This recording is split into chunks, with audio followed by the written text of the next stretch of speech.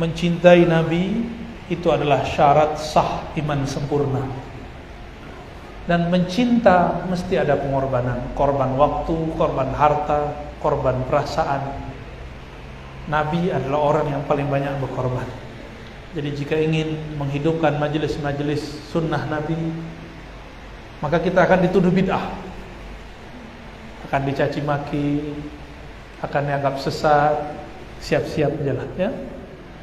Tapi tenang, yang penting penduduk langit mencintai kita. Penduduk langit tidak mungkin mencintai kecuali yang memiliki langit dan bumi mencintai. Ya. Allahumma rzuqna hubbaka wa hubba yuhibbuk. Ya. Dan yang kedua, tabarruk, mengambil berkah bukanlah bab akidah, tapi bab mahabbah. Mahabbah masuk ke bab tasawuf. Dan saya sampaikan berkali-kali, siapa yang bergerak di bidang fatwa, jangan berfatwa di bidang tasawuf. Tasawuf itu sudah ada ahlinya, tidak memerlukan fatwanya para mufti. Fatwanya orang-orang yang bergerak ini fatwa. Tidak perlu istilah-istilah, nilai-nilai, kaidah-kaidah yang disampaikan ahli kalam. Ahli-ahli tasawuf itu sudah mensyaratkan bahwa tasawuf yang sahih akidahnya Ahlussunnah bermazhab fikih.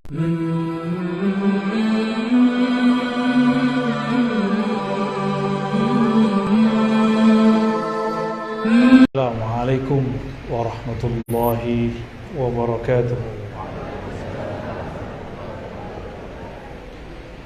Alhamdulillah rabbil alamin, nahmaduhu wa nasta'inuhu wa nastaghfiruh wa na'udzu billahi min shururi anfusina wa min sayyiati a'malina. May yahdihillahu fala mudilla lahu wa may yudlilhu fala hadiya lahu. Amma ba'du. Suaranya kedengeran? Lai tadanga. Pakai bahasa Indonesia nggak paham dia. Pakai bahasa Minang baru paham. Puji syukur kepada Allah Subhanahu wa taala. Laulahu ma arafnahu. Laulahu ma sallaina. Kalau bukan karena rahmat Allah, kita enggak kenal Allah.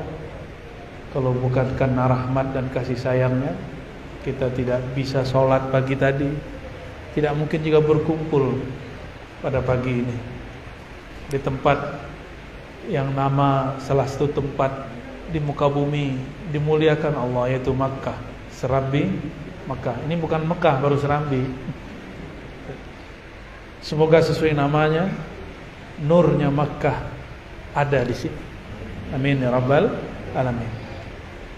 Hormat kami kepada Buya Haryadi Yahya. Maaf kalau salah sebut nama Buya. Mata Allah fi hayati. Dan juga bunda kita semua, Rosmawati. Ermayati. Mirip lah sama istri saya namanya. Eli Ermawati. Tapi wakalah cik. Nyo orang Piaman, Jobata, orang rumahnya orang Wak. Tapi mau nang cek, lai tahu ya nak, aduh lah.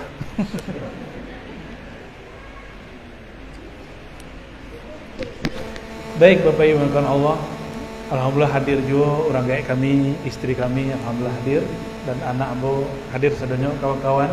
Buya Dr. Aldomi alhamdulillah hadir. Semoga kedatangan kami memperkuat jalinan ukhuwah Islamnya ya. Sebelumnya mari kita baca surah Al-Fatihah. Kita kirimkan untuk Nabi Muhammad SAW bentuk cinta kepada beliau, cinta kepada guru-guru, cinta pada masyayikh muassis tempat ini, Buya Bahar Yusuf, dan para pewakaf, para guru-guru, orang-orang yang dulu menghidupkan sunnah Nabi di sini, kita kirimkan semuanya. Wabil khusus yang hadir pada pagi ini. Al-Fatihah.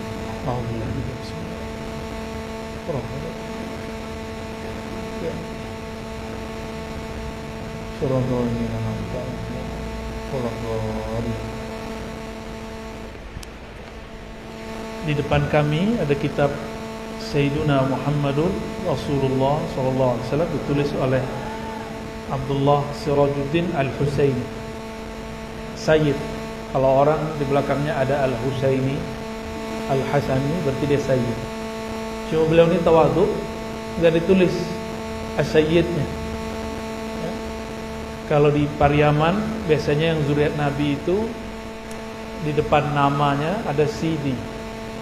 Cuma sayang itu tidak direkod dengan baik, tidak ditulis dengan baik, dikumpulkan secara rapi, lalu dikaji ulang, diteliti kembali, nanti ketahuan ternyata Sayyidina Ali pernah menanam darahnya di sini. Itulah maknanya. Ada zuriat Nabi, zuriat Sayyidina Ali di tanah Minang. Dan tidak hanya di Periaman, sampai ke pelosok-pelosok. Bahkan di Jambi, di Palembang ada beberapa kampung mukanya muka Arab semua. Kalau kita kan Arab maklum. Kalau itu Arab semua. Kalau istri saya beneran Arab, alhamdulillah ya. Kalau kita Arab maklum. Itu mereka masih zuriat Nabi Shallallahu Alaihi Wasallam. Karena zuriat Nabi ini sudah datang ke sini sejak abad pertama Hijriah. Sahabat-sahabat Nabi sudah datang ke Indonesia, dulu disebut Tanah Jawi, itu sejak abad pertama sudah ada. Maka di Aceh itu ada 1 atau 2 kuburan yang diyakini kuburan sahabat Rasulullah SAW. Masalah percaya nggak percaya itu urusan lain. Di Gresik ada nisan yang menunjukkan apa? Ada perempuan yang berasal dari abad pertama Hijriah. Ya. Tes Samo lebih rancak Lai mengerti operator suara ambu kete.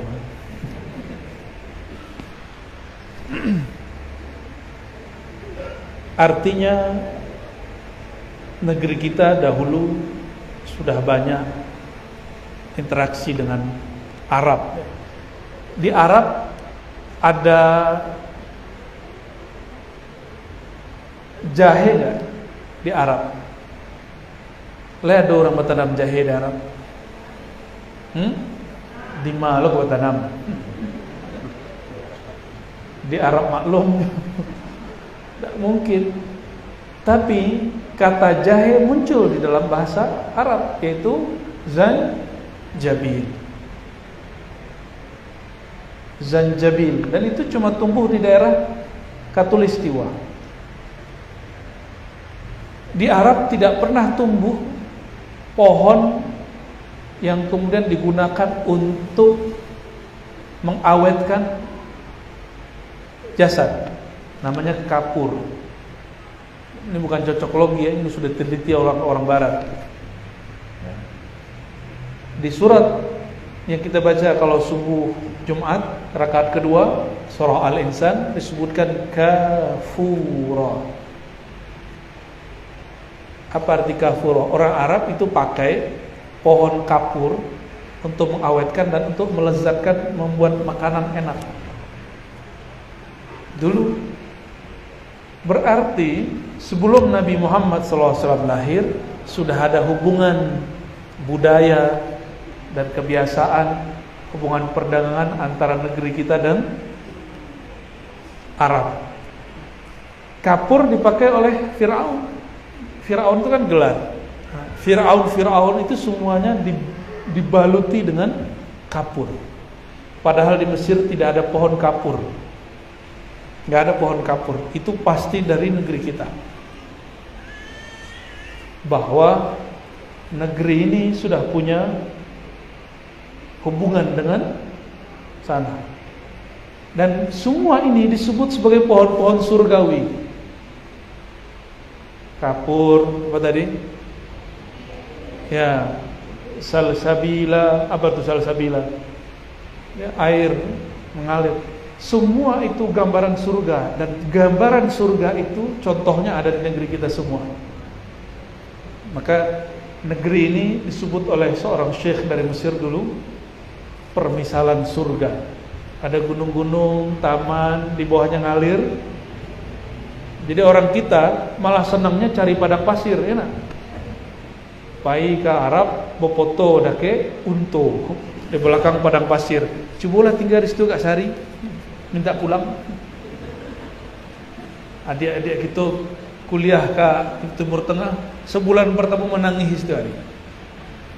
Tapi balai tiket mahal, ke pulang balik.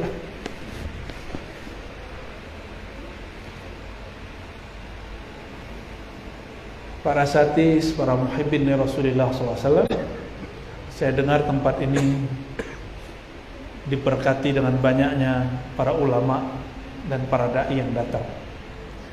Saya belum pantas lah disebut ulama, belum pantas juga disebut wali Allah, tapi saya cinta ulama dan cinta semua wali-wali Allah. Kalau kita cinta, insya Allah nanti digabungkan dengan mereka.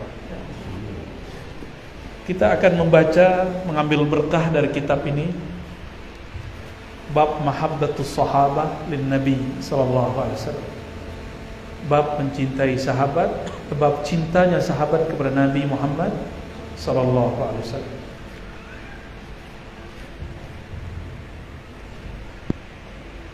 Di sini ada ayat, qul in kana aba'ukum wa abna'ukum wa ikhwanukum wa azwajukum wa ashiratukum wa amwalun iqtaraftumuha wa tijaratun takhshawna kasadaha wa masakinu tardawnaha ahabba ilaykum minallahi wa rasulih wa jihadin fi sabilih fatarabbasu hatta ya'tiyallahu bi amrih wallahu la yahdil qaumal fasiqin. Katakanlah hai Muhammad sallallahu alaihi wasallam, jika ayah-ayah kamu, wahai para sahabat, wahai umat Muhammad, anak-anak kamu, orang tua kamu, saudara kamu, pasangan kamu, keluarga kamu, harta yang engkau tumpuk, perniagaan yang engkau khawatir rugi, dan rumah yang engkau senangi, lebih engkau cintai daripada Allah dan Rasulnya dan daripada jihad fisabilillah, fatarabbasu, maka tunggulah hatta ya'ti Allahu bi amri, sampai Allah mendatangkan urusannya. Urusannya itu artinya musibah atau kiamat. Allahu la yahdil qaumal fasikin. Allah tidak berhidayah orang-orang yang fasik. Satu kali Sayyidina Umar bawa separuh hartanya kepada Nabi SAW. Lalu dalam hatinya dia mengatakan, saya orang paling mencintai Nabi. Sampai di tempat Nabi sallallahu alaihi wasallam, ternyata Sayyidina Abu Bakar telah membawa semua asetnya, tidak tersisa satupun, dan terjadi dialog antara Nabi dan Sayyidina Abu Bakar. Apa kata Nabi? Ya Abu Bakar, apa yang kau tinggalkan di rumahmu? Apa jawaban Abu Bakar? Allah wa rasuluhu. Aku tinggalkan kepercayaan, keyakinan kepada Allah dan syafaat Rasulullah sallallahu alaihi wasallam. Nabi terdiam. Sudah mantap sekali Abu Bakar. Abu Bakar tidak pernah nantang Nabi, bahkan memberikan semua hartanya untuk perjuangan Nabi. Sayyidina Abu Bakar tidak mampu menatap wajah Nabi Muhammad sallallahu alaihi wasallam. Karena setiap kali menatap Nabi, Abu Bakar menangis. Itulah Abu Bakar as-Siddiq. Abu Bakar tahu Nabi itu siapa, sallallahu alaihi wasallam. Sayyidina Umar melihat begitu, cemburu di hatinya, tapi cemburu yang positif. Maka dia bawalah semua hartanya, yang tadinya cuma separuh, dibawa semua. Dalam hadis yang lain ada sambungannya.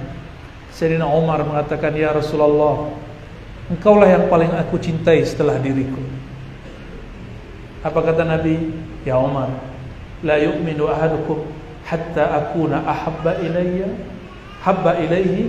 min malihi waladihi wan nasi ajma'in. Ini asbabul urutnya. Cuma hadisnya terpisah-pisah.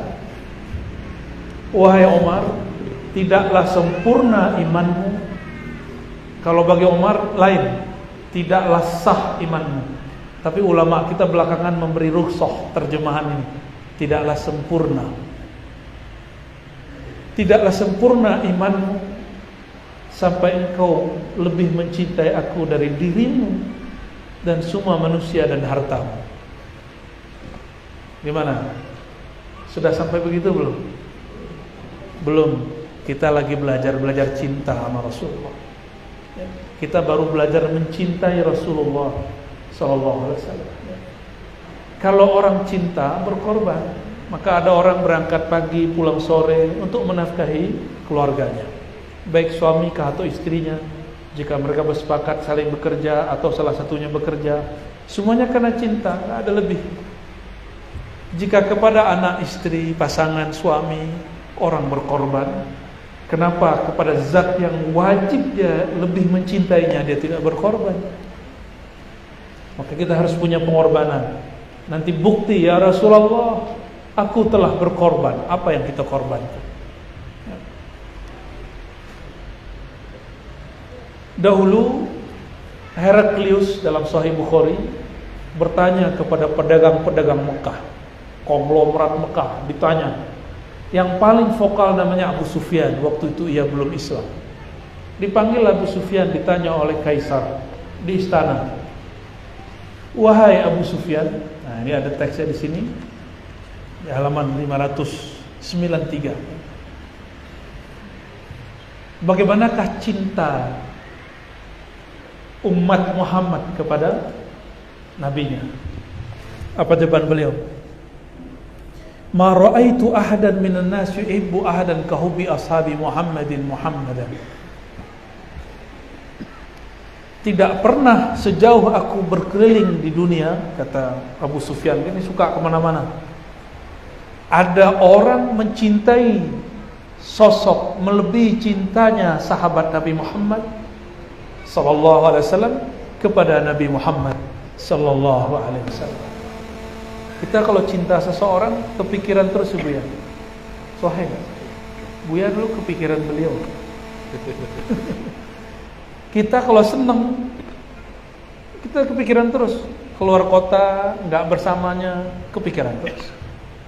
Bekerja nggak ada dia, kita kepikiran terus. Begitulah. Tapi adakah kita merindukan Nabi Muhammad SAW lebih banyak daripada merindukan pasangan sallallahu alaihi wasallam? Ini kitab saya loncat-loncat aja ya. Ini ada kisah perempuan. Perang Uhud itu sahabat Nabi itu hanya 313. Dan waktu perang Uhud itu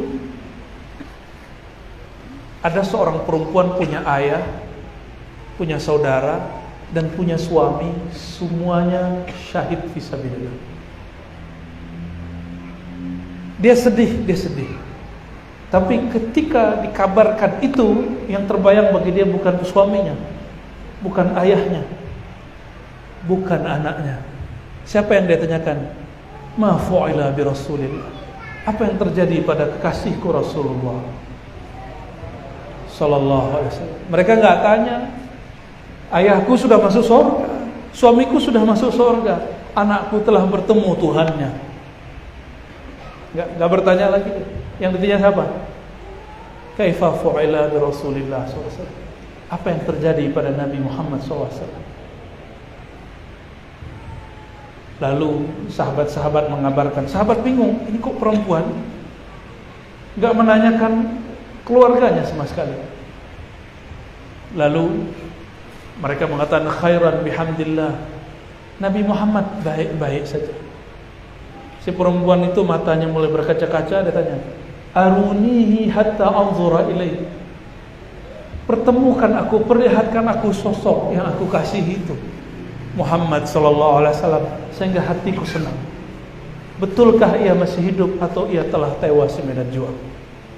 Lalu dibawalah dia ke hadapan Nabi Muhammad sallallahu alaihi wasallam. Dari jauh dia melihat Nabi, matanya langsung menetes. Apa kata beliau telah mendekat? Kullu musibatin ba'dak, ba'da salamatik, hayyinun haqir. Wahai Rasulullah, musibah apapun yang penting tidak mengenaimu wahai Rasulullah, itu kecil bagiku. Ayahandaku berpulang, kekasihku berpulang, anakku berpulang. Yang penting engkau belum berpulang wahai Rasulullah. Itu kebahagiaanku. Begitu dulu sahabat-sahabat Nabi mencintai Rasulullah sallallahu alaihi wasallam. Maka ibu-ibu ini kalau ke suaminya berjuang fisabilillah, dakwah, ngajar, atau suaminya menghabiskan uangnya untuk membantu orang, untuk berdakwah, nggak usah protes. Jangan nanya, nanti anak kita gimana? Biarkan dia. Setiap suami dapat karamah, dapat kemuliaan dari Allah, istri ikut angkat.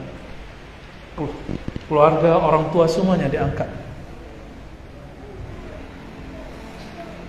Nggak ada yang kita sanggup ya, kayak gini. Nggak ada yang sanggup.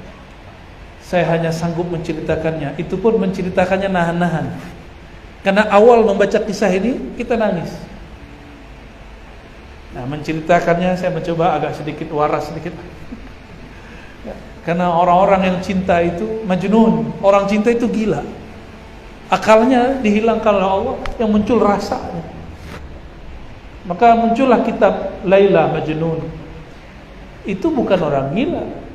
Itu yang ditulis oleh wali Allah tentang Laila Majnun. Orang yang mabuk dalam cinta kepada Allah Subhanahu wa ta'ala.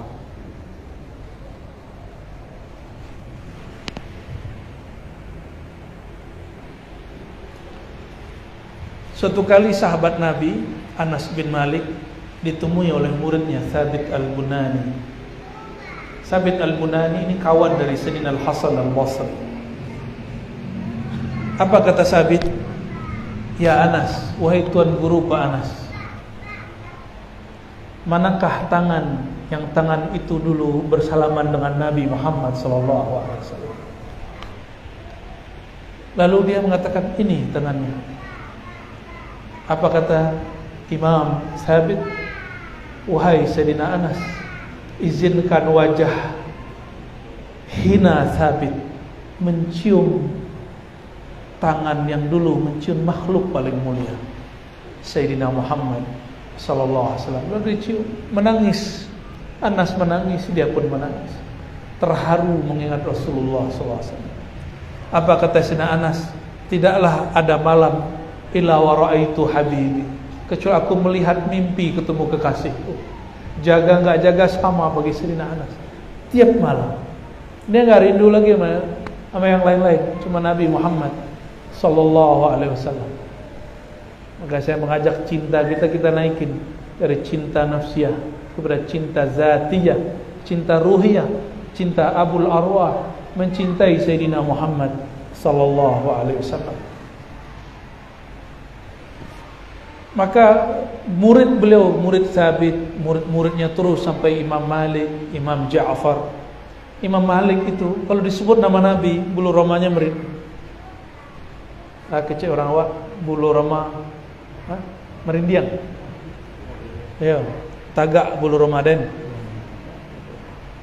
Itu yang terjadi pada Imam Malik. Lain dengan Imam Ja'far Shadiq, guru Imam Malik. Setiap disebut nama Nabi Muhammad dia langsung terdiam dan tak bisa ngomong. Sallallahu alaihi wasallam. Hatu Ustaz. Teh talua, Nabi tak pernah minum teh talua Ustaz. Bah kira-kira. Ya, Nabi tak pernah minum teh talua, tu nak minum teh talua loh. Jadi kawan kami Buya menangah kecek seorang alim, An-Nabi ma syariba laban al-baqar. Nabi tidak pernah minum air susu sapi. Semenjak saat itu cuma nazar, wallahi la ashrabanna laban al-baqar. Demi Allah saya tidak akan minum lagi air susu sapi. Orang ni salah faham.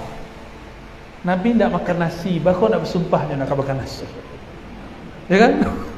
Nabi lain Nabi ngopi-ngopi nak. Tak ada. Maka hadis mengenai fadilah kopi itu bukan hadis Nabi, itu wali yang menyebutkan. Bukan hadis Nabi sallallahu alaihi wasallam.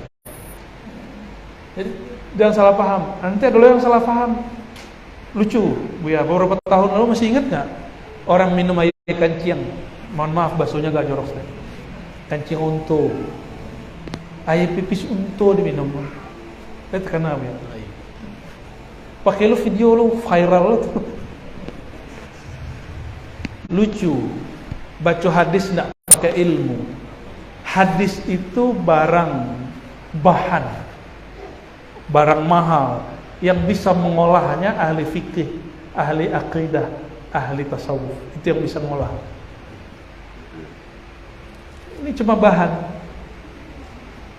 Disebutkanlah riwayat bahwa di masa Nabi ada sekelompok orang datang ke Nabi, lalu dia terlihat sakit kuning.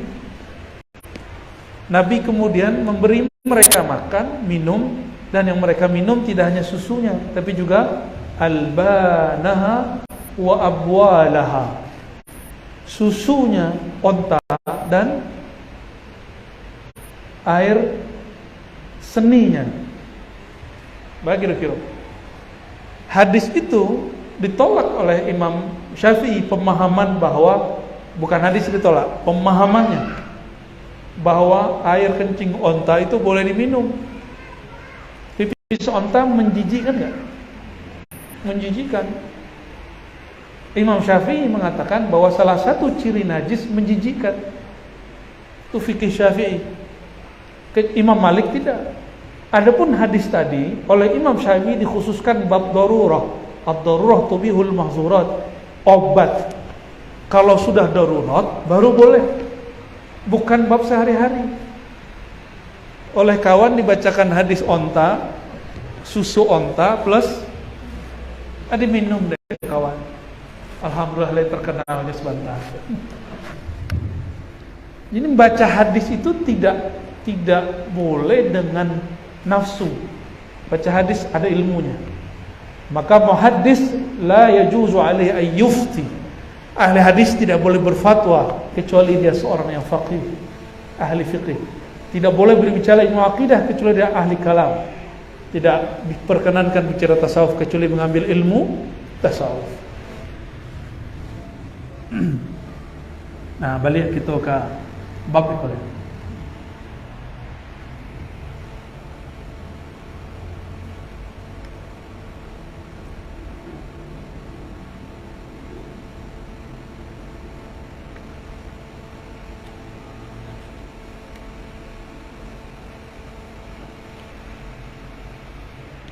Para sahabat apabila mereka berpisah dengan Nabi, mereka menangis. Satu kali Sayyidina Muaz dikirim oleh Nabi Muhammad SAW bertugas ke Yaman menjadi mufti. Apa kata beliau? Ya Muaz, wahai Muaz, innaka asa alla talqani ba'da hami hadza. Wahai Muaz, mungkin setelah tahun ini kita tidak bertemu lagi. Wala'allaka an tamurra bi masjidi hadza wa qabri. Mungkin engkau hanya bertemu masjidku dan kuburku. Bah, kira-kira kalau ada orang mengabari begitu, menangis enggak? Nangis. Fabaka Muaz jaz'an li firaqi Rasulillah SAW. Maka Sayyidina Muaz nangisnya berat. Berarti Nabi Muhammad SAW sudah mengabarkan beliau akan berpulang. Benar gak? Guru kami Kiai Ali Mustafa Yaqub 2 minggu sebelum wafat mengabarkan hal yang sama. Bahkan setahun sebelumnya beliau sudah mengatakan dan membacakan kalimat yang mirip dengan kalimat ini. Jadi wali-wali Allah itu diberi kabar, ilham. Cuma ada yang ilhamnya jelas, ada yang ilhamnya samar-samar. Sayyidina Muaz nangis. 2 minggu sebelum guru kami wafat, beliau mengatakan, in muttu fa'alaikum bil ma'ad. Kalau aku wafat, saya titipkan pesantren, tolong dilanjutkan. Tuh semua teman-teman kita dengar itu waktu itu. Tidak sampai kami ngajar kitab hadis Kutubus Sittah saat itu. Hari Kamis ngajar di masjid rumah beliau di seberang jalan. kok hari itu aneh, mendung, tiba-tiba perasaan gak nyaman. Oh ternyata dikhabari Tufya Syekhuna Ali Mustafa Ya'qub. Disitulah air mata mengalir. Cuma kalau kita kisahnya balik menangis lo balik. Sallallahu ala sayyidina Muhammad. Satu kali Nabi sallallahu alaihi wasallam berkunjung ke rumah Ummu Aiman. Ummu Aiman malam-malam kehabisan air minum. Jadi Nabi suka berkunjung ke keluarga-keluarga jauhnya. Salah satunya Ummu Aiman. Rasulullah buang air lah di satu botol. Botolnya botol khusus untuk taruh air. Dulu belum ada WC dalam rumah. Maka orang-orang dulu kalau buang air mesti jauh ke padang. Ada lembah khusus. Jika malam hari mereka buang air di satu bejana. Lalu Rasulullah SAW bangun malam hari, buang air kecil di situ. Lalu beliau tidur lagi. Setelah beliau tidur, tiba-tiba Ummu Aiman masuk. Lihat, ada air kan ya? Ternyata ada air di satu bejana. Fasyaribat minhu. Lalu dia minum dari air bejana itu. Pagi-pagi Nabi lihat, lah kok nggak ada. Nabi tanya, ya Ummu Aiman, hai Ummu Aiman, apakah engkau minum air itu? Kata Ummu Aiman, iya wahai Rasulullah. Malam tadi aku kehausan. Dulu kan tidak ada dispenser kan, tidak ada air galon, air aqua, apa namanya, tidak ada. Fasyaribtu minhu. Aku cari-cari, ketemu, aku minum. Nabi larang enggak? Apakah Nabi mau najis? Enggak. Apa kata Nabi? Perutmu tidak akan pernah sakit selama-lamanya, wahai Ummu Aiman. Maka dalam mazhab Syafi'i ada satu qaul. Qaul ini tidak masyhur tapi ada. Jadi dalam mazhab Syafi'i ini kan ada mazhab untuk awam, ada khas. Ini yang khasnya. Para imam kita mengatakan apapun yang keluar dari tubuh Nabi khusus laisat binajis, tidaklah najis, walaysa minal hadatsain mutanajjisain, yang keluar itu bukanlah hadas-hadas yang najis, khusus Nabi Muhammad SAW. Gimana cara bayanginnya? Pernah punya bayi atau megang bayi yang belum mengkonsumsi kecuali air ASI ibunya, air susu ibunya, harum nggak? Terutama yang laki-laki. Kalau bayi laki-laki, kalau dia buang air kecil cukup dipercik, yurassu. Kalau perempuan baru dibersihkan, baru dicuci, sama. Tapi tetap sama, tidak bau, malah harum. Nabi SAW tangannya kuat, tapi harum seperti bayi, bahkan lebih harum dari bayi. Nabi jika jalan di suatu tempat, di tempat itu jika beliau sudah tidak ada, tempat itu harum beberapa menit. Itulah tadi kenapa ada setiap mahal qiyam ada orang. Nah, itu rahasianya ya. Itu sanadnya ke situ. Itu bukan buatan orang Yaman, itu bukan. Itu namanya simbolis, rumus ya, tasyabbuh bin Nabi sallallahu alaihi wasallam. Jadi sehingga ketika kita mahal qiyam kita merasakan seakan-akan Nabi melewati kita. Nah, dalam ilmu hipnosis itu dipakai oleh mereka. Training moderat motivator mereka menggunakan itu. Bau, harum, video, suasana itu akan mengingatkan kepada hal-hal yang paling kita sukai dan cintai.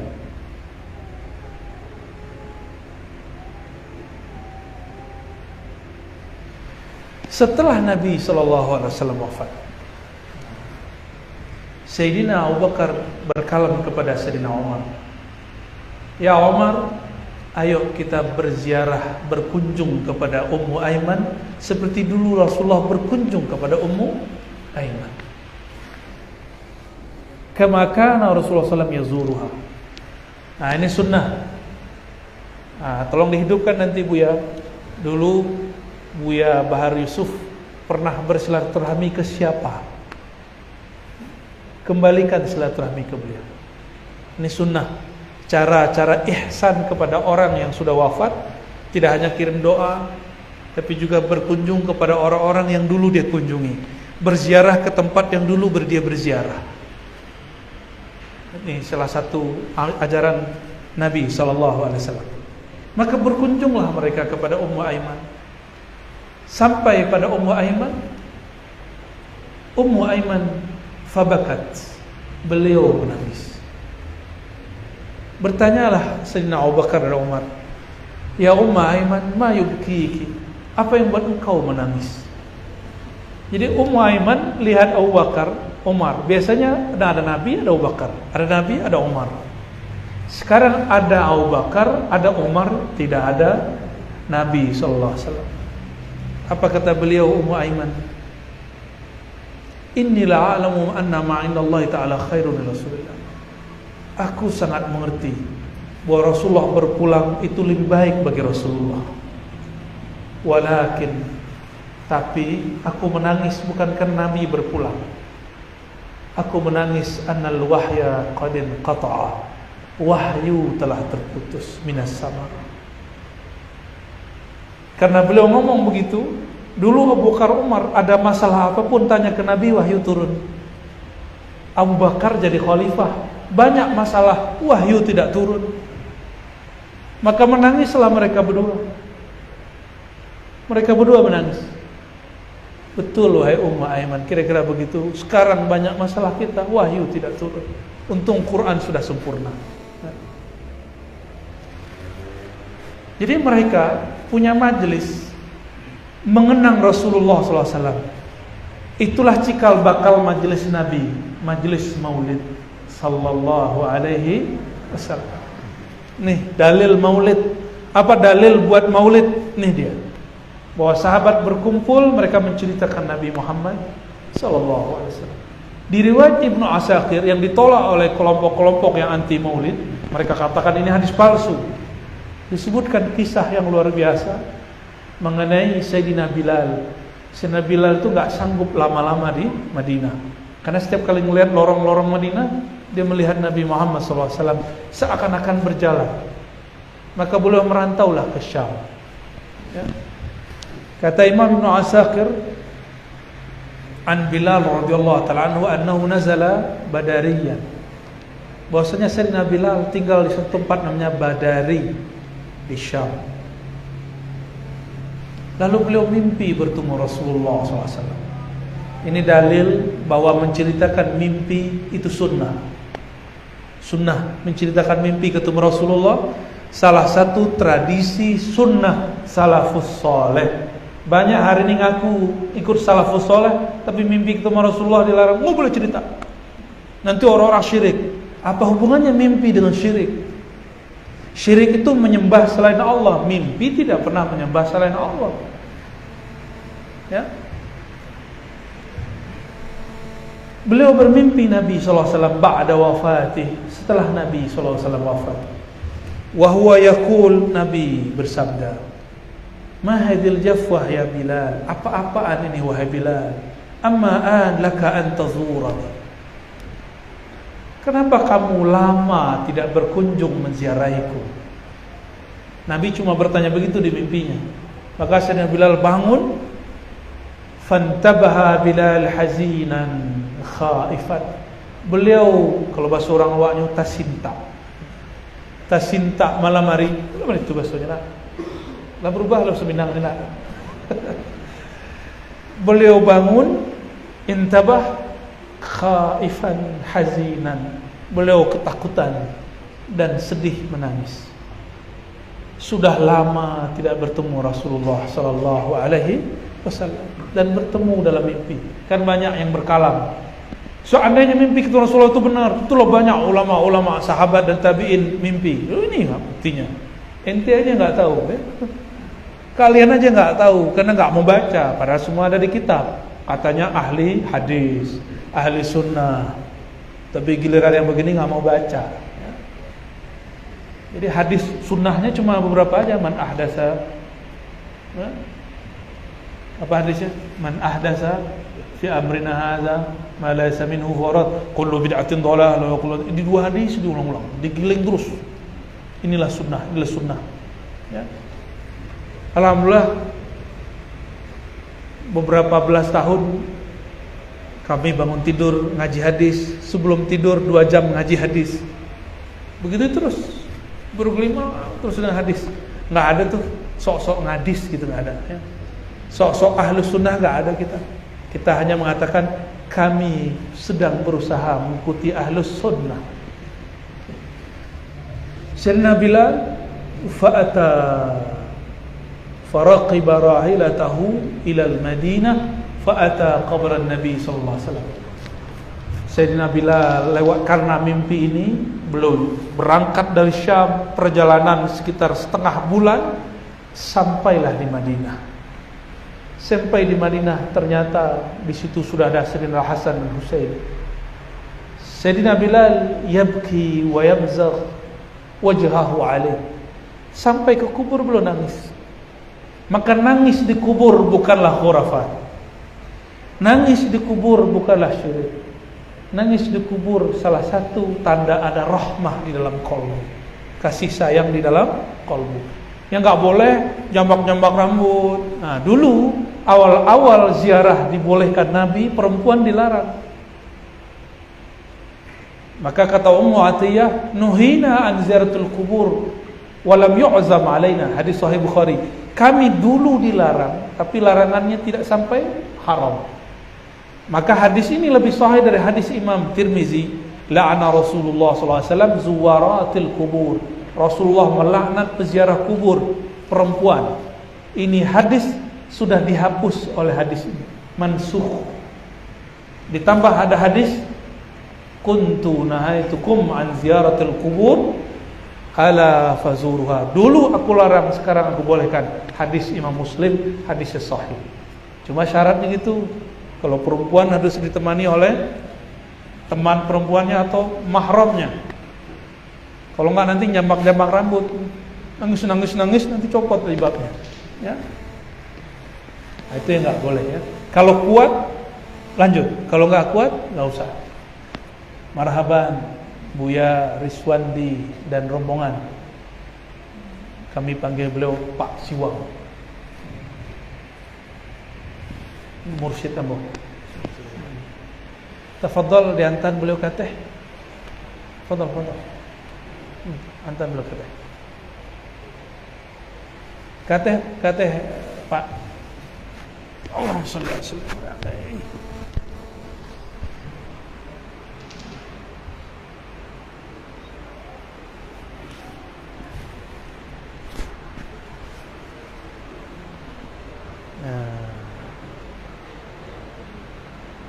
Alhamdulillah.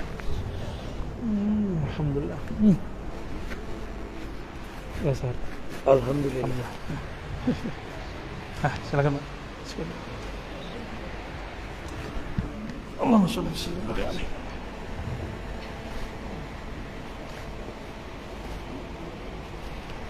Izin Abu. فأقبل الحسن والحسين رضي الله تعالى عنه فجعل بلال يضمهما ويقبلهما. Datanglah Sayyidina Hasan dan Husain menemui beliau, Sayyidina Bilal. Yang paling mirip dengan Nabi siapa? Sayyidina Hasan. Tapi yang mirip dengan Sayyidah Fatimah, Sayyidina Husain. Maka beliau tidak tahan, ingin memeluk mereka. Dipeluk, dicium-cium semuanya. Karena dulu Al-Hasan wal Husain main-main, yang menjaga adalah Bilal. Dipeluk, nangis, dan mereka itulah reuni Maulid Nabi Muhammad SAW. Mereka berkisahlah tentang Nabi. Ya. Apa kata Sayyidina Al-Hasan Husain? Natamanna nasma adhanaka alladhi tu'azzinu bihi li Rasulillah sallallahu alaihi wasallam. Wahai Sayyidina Bilal, kami berharap engkau berazan seperti dulu engkau berazan untuk Nabi Muhammad sallallahu alaihi wasallam. fa'ala sathal masjid. Lalu beliau naik ke tempat. Jadi dulu karena tidak ada mikrofon, ada tempat khusus muazin tinggi. Di situ Sayyidina Bilal azan. Dulu tidak ada mikrofon karena tidak ada suara bising, tidak ada suara motor, tidak ada suara musik. Maka kalau ada orang azan, itu bisa radius sekian kilo terdengar. Maka mulailah beliau berazan. Falamma qala Allahu Akbar, irtahabbat al-Madinah, irtajjat al-Madinah. Ketika beliau azan, bergetarlah seluruh isi Madinah. Ibu-ibu yang tadi lagi masak, berhenti masak, keluar. Abu Isa Muhammadun sallallahu alaihi wasallam. Apakah Muhammad kembali Allah bangkitkan? Anak-anak bingung. Ada apa dengan ibu-ibu? Orang-orang tua semua keluar. Mereka berkumpul di masjid mendengarkan Sayyidina Bilal berazan. Tapi sampai di asyhadu anna Muhammadar Rasulullah, kharajat al-awatiq an-nisa min khudurin wa qalu Abu Isa Rasulullah sallallahu alaihi wasallam. Fama ru'ya yawm akthar bakian wala baqiya bil Madinah ba'dahu akthar min dhalika al-yawm. Di saat beliau membaca asyhadu anna Muhammadar Rasulullah, semua orang-orang di Madinah datang ke masjid dan semuanya menangisi Rasulullah sallallahu alaihi wasallam. Kata beliau di sini, tidak ada lagi nangis berjamaah melebihi nangisnya saat itu. Maka merindukan Nabi menangisi Rasulullah bagian daripada salah satu ahwal cara para ulama sahabat mengingat Nabi Muhammad sallallahu alaihi wasallam. Nah, itu yang bawa tahan-tahan dari tadi. Jangan sampai hujan belum beko serambi Makkah. Allahumma sholli ala sayyidina Muhammad. Berdasarkan teks ini, para ulama kita mengatakan rindu itu akan tambah kuat jika kita mendengarkan suara merdu, yang suara merdu itu dulu hadir orang yang kita kasihi. Makanya banyaklah orang-orang kalau rindu kepada kekasihnya, dia dengarkan lagu-lagu. Kalau sahabat rindu, yang mereka dengarkan adalah azan Sayyidina Bilal. Itu boleh disebut nangis berjamaah, sekota Madinah nangis. Anak-anak muda pun yang gak mengerti, mereka pun ikut nangis. Melihat orang tuanya merindukan Nabi SAW, mereka pun nangis. Sallallahu alaihi wasallam.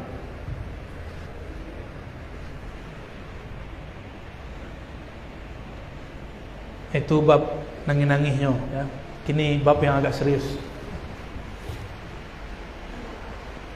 Dahulu beberapa tahun lalu, kira-kira tahun-tahun 60, 70, 80, itu ada seorang syekh namanya Syekh Al-Buti nulis kitab Fiqhus Sirah. Fikih sirah, memahami sirah Nabi Muhammad SAW. Itu buku terbaik menurut kami tentang perjalanan Nabi Muhammad SAW. Silakan dikaji, dibaca. Sudah ada terjemahannya. Apa kata beliau? Disebutkanlah beberapa hadis bahwa para sahabat bertabarruk. Apa tabarruk? Tabarraka ya tabarraku tabarrukan. Mengambil berkah. Kata kawan, berkah itu dari Allah, betul. Bukan berarti berkah itu tidak turun kepada makhluk. Kalimat yang benar, tapi maksud dia batil. Dia menyebut kalimat itu untuk melarang orang bertabarruk. Ya, padahal berkah Allah turunkan ke langit, ke bumi. Sayyidina Anas, ini indahnya hidup Sayyidina Anas. Yang dia pegang tidak hanya tangan Nabi. Nabi meninggal, dia simpan rambut Nabi. Nabi meninggal, dia simpan satu tongkat Nabi namanya Usayyah, tongkat kecil. Pada Sayyidina Anas belum tua. Itulah dalil guru walaupun belum 40 tahun disunahkan bawa tongkat. Nah, Buya kalau pas maulid bawa tongkat Buya, ya. Ada tongkat Buya, nanti kita kasih ijazah musasal bil asa. Di bawah setiap maulid minimal atau pas ngajar taklim yang sifatnya khas ya, di bawah tongkat.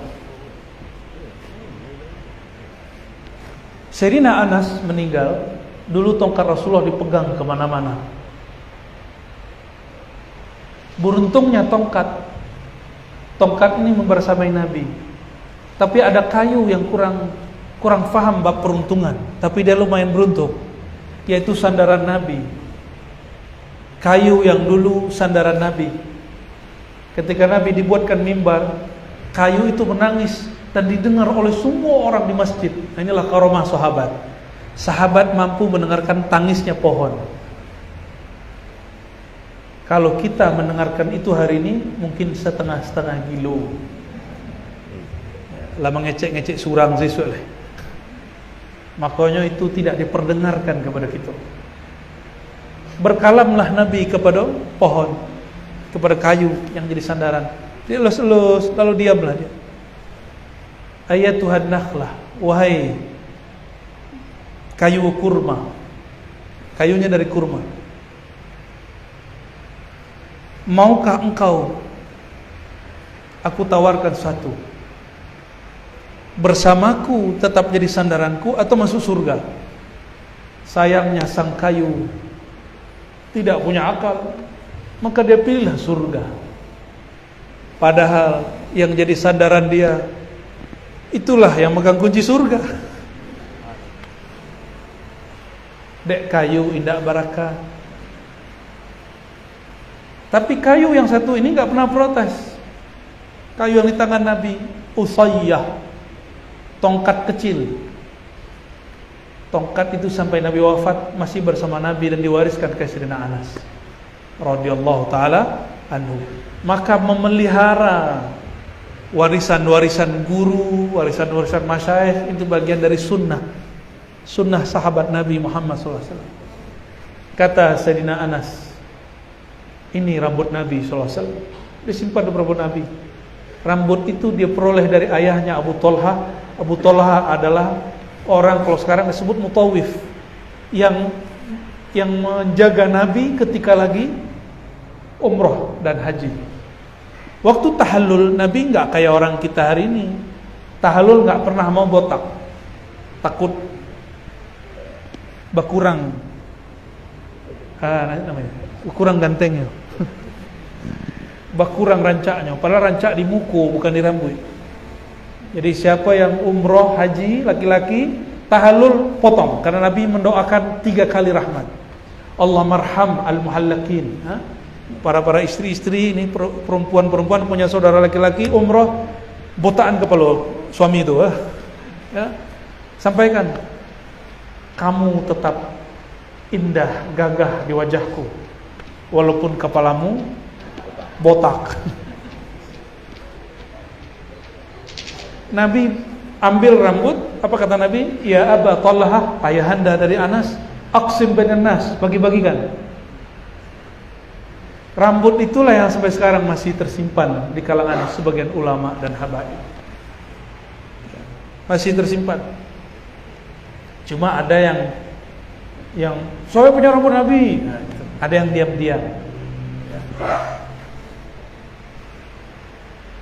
Mungkin gak rambut Nabi masih ada? Kan Nabi sudah mati 1400 tahun. Nah, ini kan kalam-kalam orang gak beradab. Mengatakan Nabi mati itu soal adab. Kenapa Sayyidina Umar marah kepada orang yang mengatakan mata Muhammad? Yang boleh mengatakan Nabi mati itu cuma Allah. Afa immata au qutila, itu di Quran.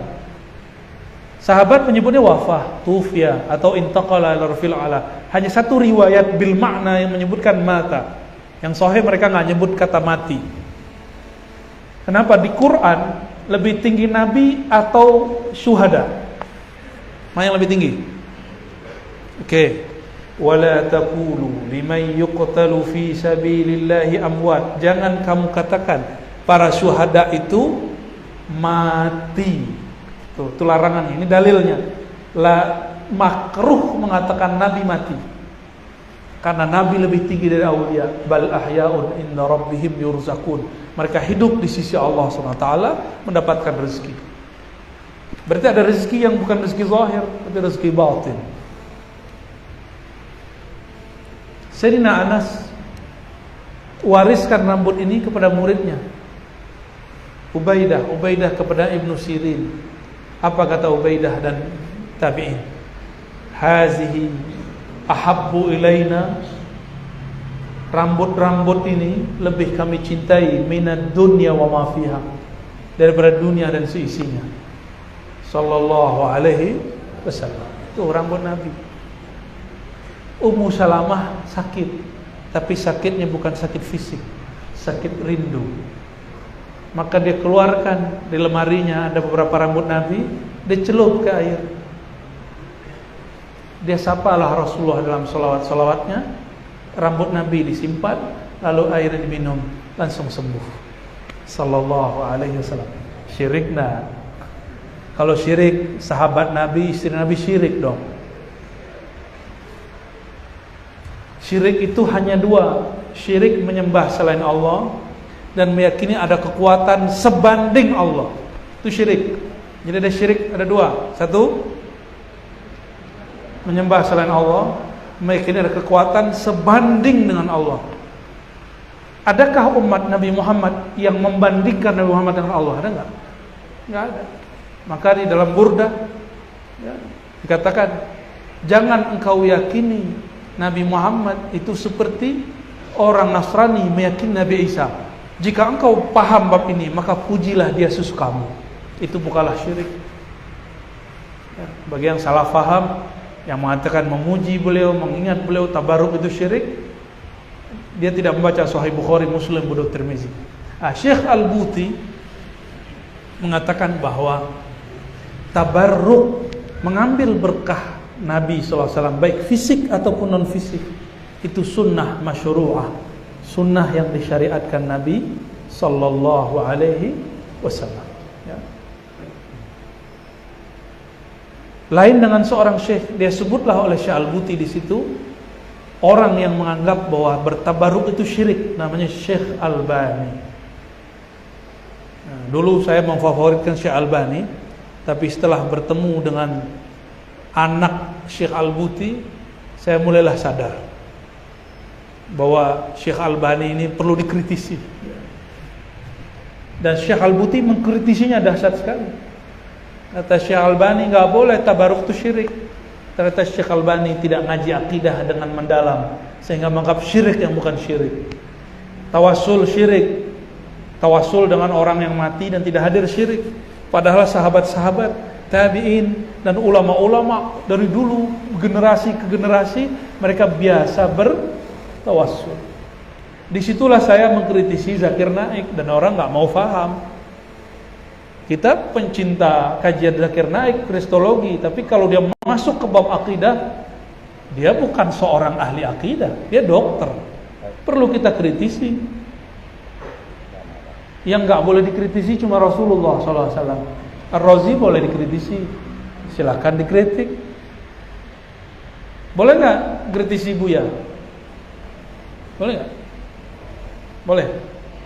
Kritisi Imam Bukhari boleh nggak? Boleh, apalagi cuma Albani. Ibu-ibu pakai ameh dah, Bu. Kalau di Jawa ameh itu emas. Emas itu banyak. Ada yang bertubuh, ada yang balogam.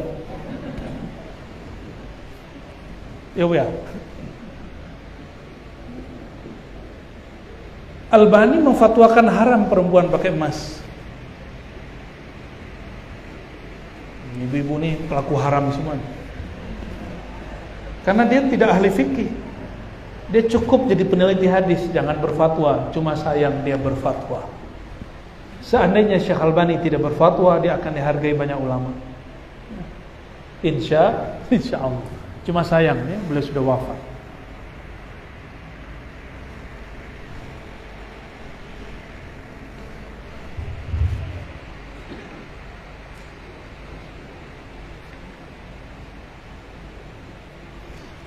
Kata Qatadah bin Nu'man, suatu malam aku keluar muslimah gelap.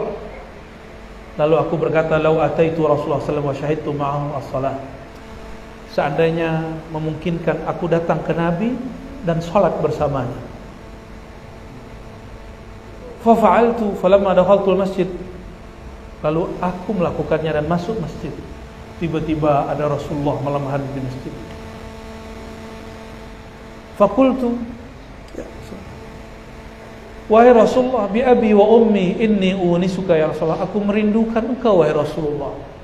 Maka rindu kepada guru itu bukan rindu kepada guru itu, merindu nur Nabi Muhammad SAW yang ada pada guru itu.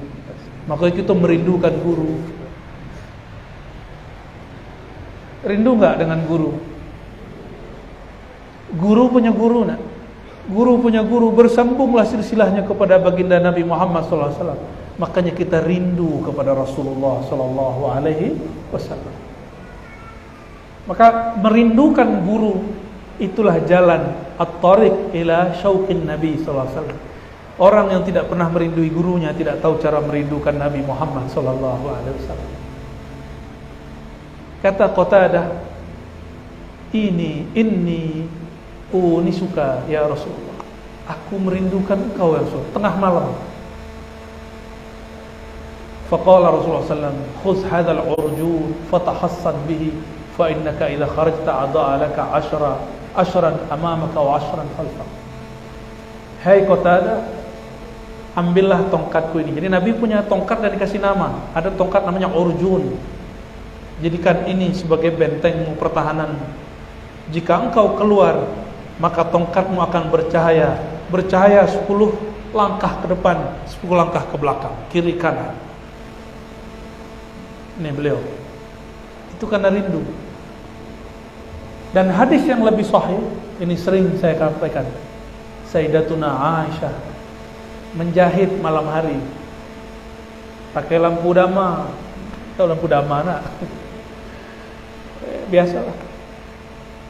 Tahu-tahu jarumnya jatuh. Jarum jatuh, Sayyidatuna Aisyah mencari-cari jarum. Karena dulu dama itu cuma terangnya ke atas, ke bawah pun gelap. Fadakhala Rasulullah SAW al-hujratah. Tiba-tiba Nabi masuk ke kamar. Fa'adha'a wajhuhu. Maka cahaya wajahnya menyinari semua sudut daripada kamar. Sallallahu alaihi wasallam. Akhirnya Sayyidah Aisyah mengatakan, oh ini dia jarum. Kadang-kadang nur Muhammad itu Allah terbitkan dan Allah zahirkan. Kadang-kadang Allah sirkan di dalam dada. Allah sirkan dan dititipkan di semua dada orang beriman. Maka nur kita, kalau kita masih ada rindu kepada Rasulullah, berarti ada nur Nabi Muhammad sallallahu alaihi wasallam.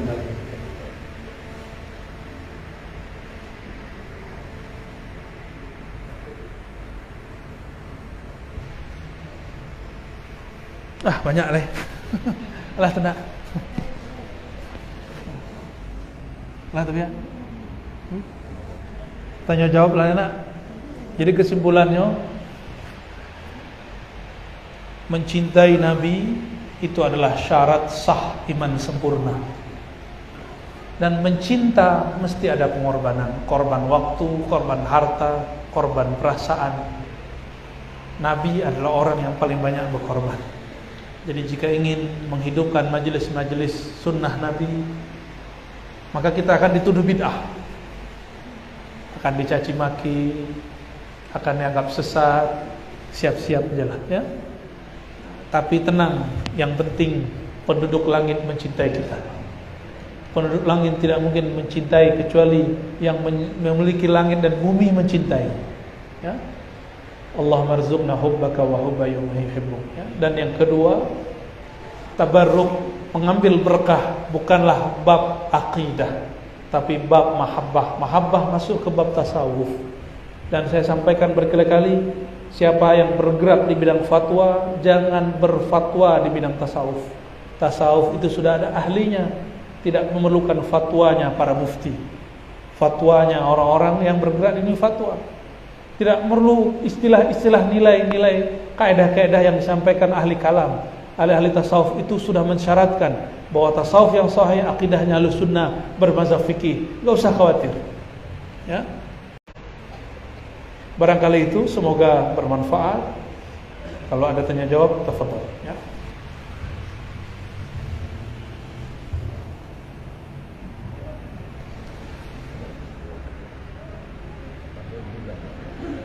Boleh. Alhamdulillah syukran jazilan ala iqamah.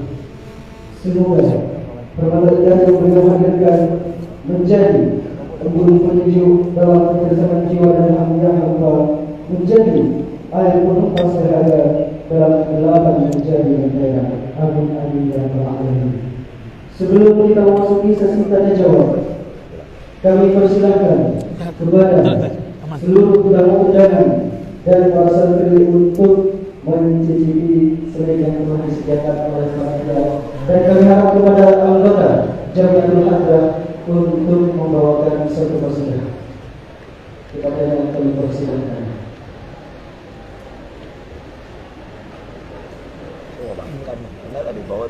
Ayo. Ayo. Lah ada sendok apa? Sendok apa? Nah, itu.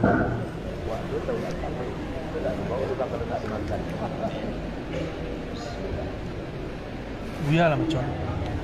Allahumma shalli wa sallim wa barik alaihi. Ya salam.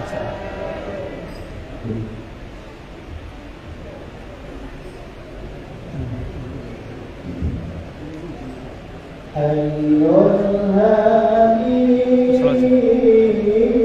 bi ajrati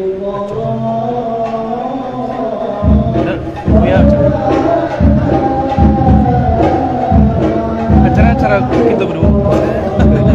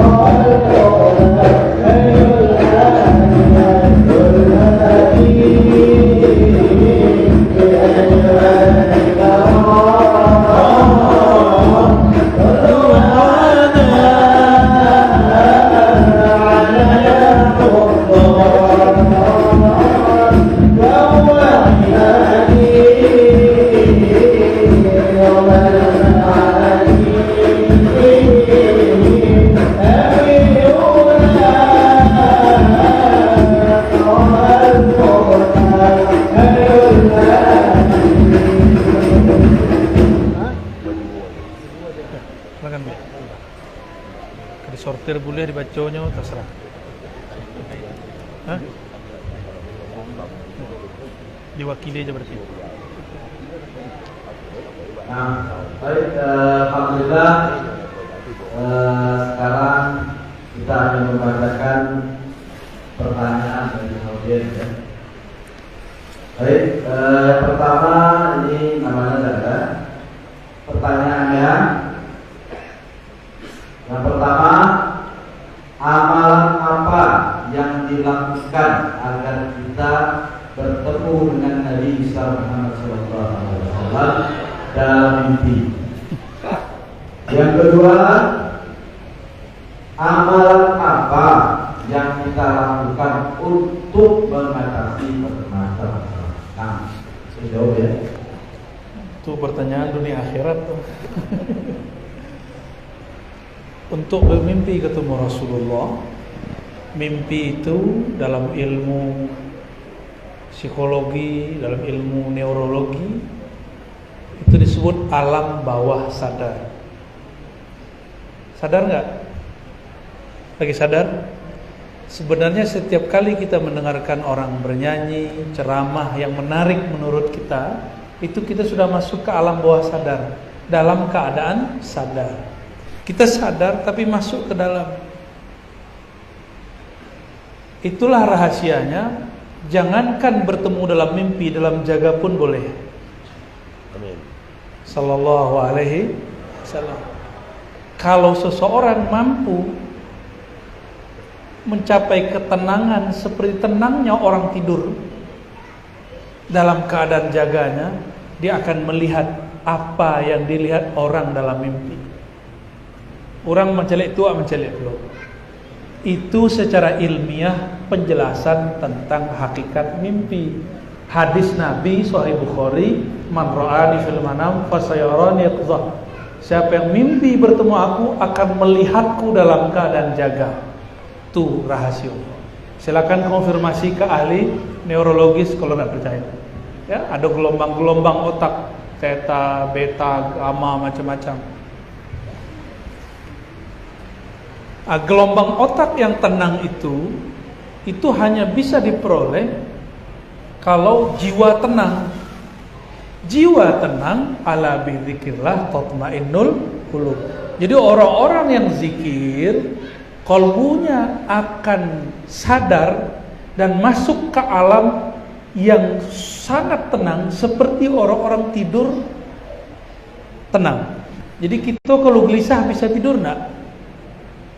Maka kalau ada murid ambo sedang zikir jamaah bakaruhnya, ambo galak alhamdulillah, berarti nyo tanangnya berzikir. Itu bukan menghibur diri itu Bu ya, asli itu Bu ya. Dulu 2014 pertama kali kami mentalkin secara terbuka. Apa-apa umur 60 tahun kita mulai talkin afdalu dzikri la ilaha illallah. Itu 40 orang karena acara terbatas waktu itu. Dan ketigonya lah bakaruh la ilaha illallah dan berbunyi. Tapi dikonfirmasi orang, ini enggak merasa lalu, ini merasanya berzikir. Tenang di samping.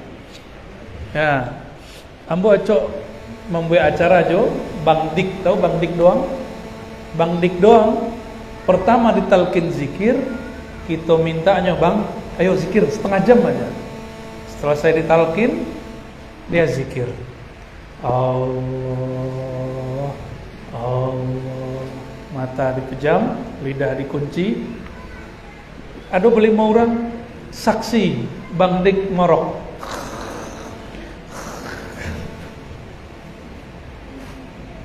Orang lah bubar, ini masih bakaruh aja loh. Akhirnya adalah salah satu orang awak, orang sangka agak jayis deh. Di kerajurnya Bang Dik, jago Bang Dik. Kece orang sangka kok. Abang lalu tadi oh. Enggak, saya enggak tidur kok. Saya zikir nyebut Allah. Mengalamilah Bang Dik dan kawan-kawan waktu itu yang Nabi kalamkan walaupun sekali seumur hidupnya. Mataku tidur, hatiku tidak tidur. Lain kalau para jomblo, mataku tidur, pikiranku melayang, melayang ke kamar seberang. Ya, santri-santri ya. Lain galaunya, Pak.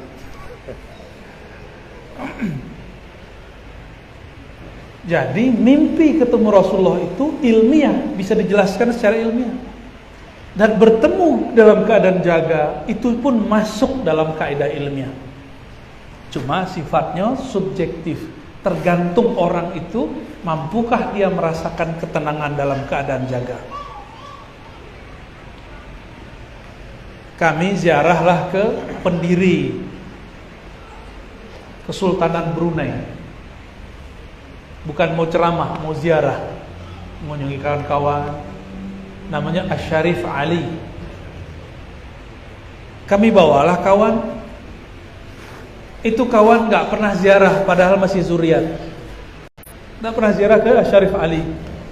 Kita ajalah zikir, berdiri. Tidak mau kalau ziarah biasanya berdiri, bukan duduk. Kecuali ada isyarat duduk, baru kita duduk. Dalam berdiri itu kita zikir. Ternyata kawan-kawan zuriat Syarif Ali ini hanyut. Seakan-akan mimpi, tapi beliau jaga. Melihat Syarif Ali duduk di depan. Dia sebutkan semua ciri-cirinya. Mungkin itu kejadian. Jadi cara supaya bertemu Rasulullah nggak perlu nunggu mimpi. Merindukan Nabi dalam jaga lebih afdol daripada mimpi Nabi 7 kali. Ya, menyadari cinta kepada Rasulullah dalam keadaan sadar lebih afdol daripada mimpi Nabi 1000 kali. Karena orang yang merindukan Nabi dalam jaganya, berarti dia mampu masuk ke dalam dirinya dalam keadaan dirinya berkecamuk dengan dunia. Man arafa nafsahu faqara, itu dia maknanya. Jadi saya tidak menjanjikan mimpi ketemu Nabi. Kalau mimpi kehendak kita atau bukan? Tidak bisa berkehendak, tidur aja. Tapi kalau merindukan Nabi bisa diundang, bisa ditepuk-tepuk kolbunya. Kami menyarankan bacalah salawat abarruh. As-salatu wassalamu alaik ya abaruhi ya Rasulullah. Nanti boleh nih tim salawat mau mulai simtiduror, baca mulai pembukaan. Coba sama-sama. As-salatu wassalamu alaika ya abaruhi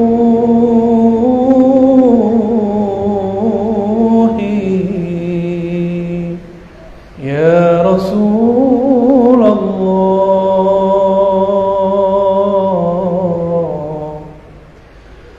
As-salatu wassalamu alaika ya abaruhi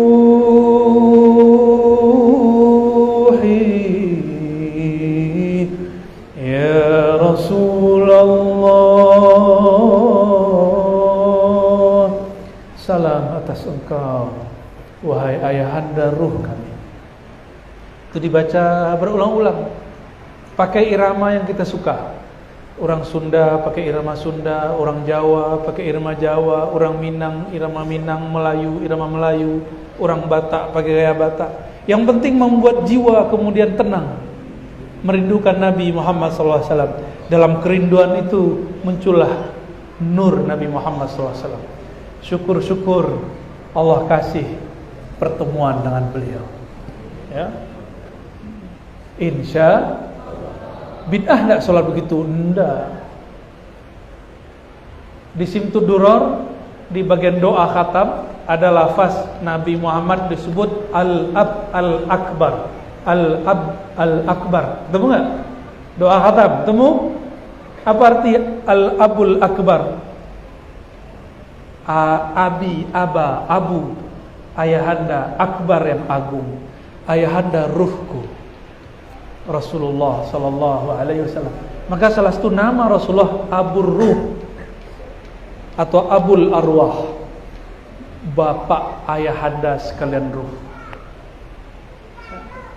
Silakan diamalkan itu berulang-ulang, terutama hari Jumat, malam Jumat. Ya. Kalau kami mulainya kalau lagi mau zikir, jadi murid yang hatinya keras, ilmu kebatinannya banyak, tidak sempat dimandikan, bersihkan pakai sholawat. Istighfar, sholawat.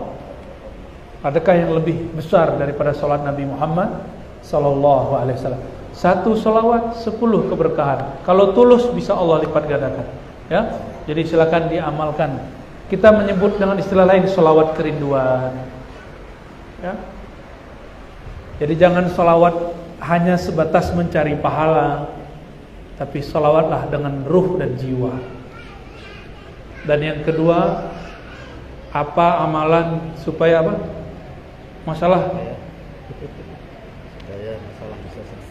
Masalah bisa selesai. Ada 2 mengatasi masalah. Pertama, masalah selesai kalau ruh berpisah dari badan. Nah, ini mau? Tidak mungkin kan? Maka yang kedua, Rasulullah setiap kali ada masalah beliau membaca doa, La ilaha illallahul azimul halim, La ilaha illallah rabbul arshil azim, La ilaha illallah rabbus samawati wa rabbul ardi wa rabbul arshil karim. Hadis Bukhari Muslim. Tiada yang berhak disembah, tiadalah yang mencipta aku kecuali Allah, tiada yang mengurus aku kecuali Allah. Rabbul arshil azim, jangankan diriku, aras yang meliputi alam semesta pun itu sanggup dia urus, apalagi cuma urusan kecilku. La ilaha illallah rabbus samawati wal ard, tidak ada yang menciptakan langit dan bumi kecuali Allah. Langit bumi pun Allah urus, apalagi cuma urusan kecilku. La ilaha illallah rabbus samawati wal ardi wal arsyil karim. Ditutup dengan kata karim. Allah itu yang mengatur arasy yang agung, lalu karim. Karim itu pemurah. Maka kita berdoa, ya Allah, dengan kemurahan-Mu mudahkanlah semua urusanku. Jadi doa itu menghilangkan kepanikan. Jangankan urusan yang besar, urusan kita yang besar, yang lebih besar dari urusan ini Allah selesaikan, yaitu langit dan bumi. Apalagi cuma urusan hati, urusan patah hati, urusan rezeki, urusan rumah tangga, urusan bermasyarakat, dicaci maki, dipuji, itu urusan kecil. Ini amalan Nabi Muhammad sallallahu alaihi wasallam. Ya. Itu ada di istighosah yang diamalkan ulama-ulama Ahlussunnah di Jawa. Ya, coba agak panjang. Nah, silakan diamalkan itu. Ya, tafadhal. Ada lem ya?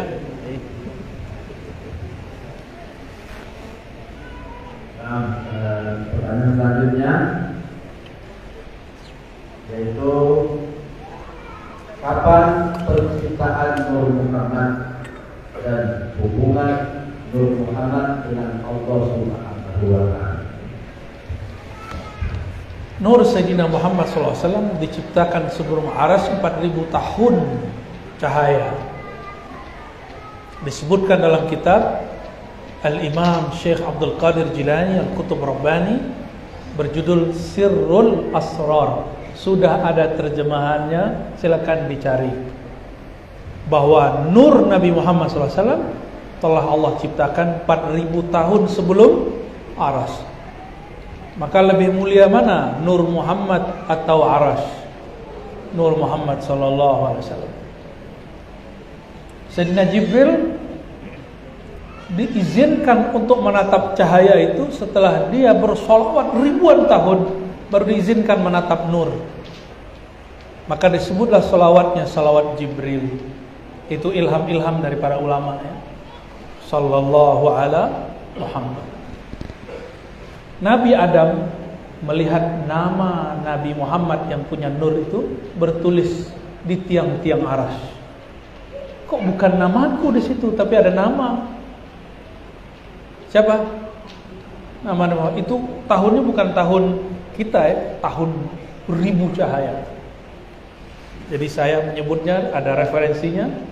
Yang nggak percaya nggak masalah, karena ini bukan bab akidah. Disebut bab ontologi, bab hakikat. Bab hakikat bukan untuk diyakini, tapi untuk dirasa-rasakan. Ya. Malam yazuk lam ya'rif, yang tidak merasakannya tidak akan mengerti. Maka tolong para mufti jangan fatwakan bab yang begini, karena bab hakikat tidak bisa difatwa. Antum fatwakan, tanggung jawab aja dunia akhirat. Ya. Kita nggak ada urusan fatwa-fatwa ini. Allah Ta'ala meniupkan hembusannya. Hembusannya itu bernama Ruh Ahmad. Allah tataplah Ruh Ahmad, berkeluarlah cahaya darinya. Ini cara ulama menjelaskan. Disebut Nur Muhammad sallallahu alaihi wasallam. Maka mempertanyakan apakah ruh itu makhluk tidak makhluk, bid'ah. Karena tidak ada di Quran penjelasan ruh itu makhluk atau tidak makhluk. Yang pasti ruh bukan zat Allah. Dan tidak ada, ruh itu bukan benda.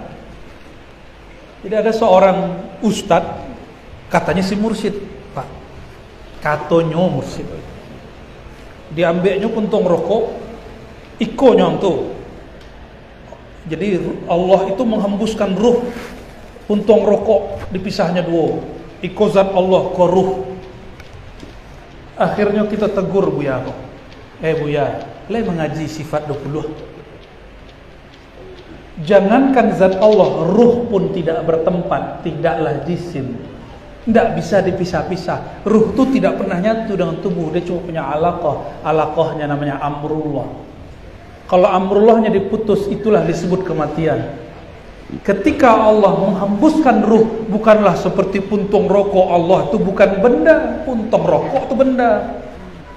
Baralah jahilnya orang yang mengatakan itu. Berarti dia membayangkan Allah benda. Jadi jangankan ke Allah, ruh dia sendiri dia nggak paham. Bah kira-kira kemursidan itu tuh ya. Lisah aja mursid itu nak.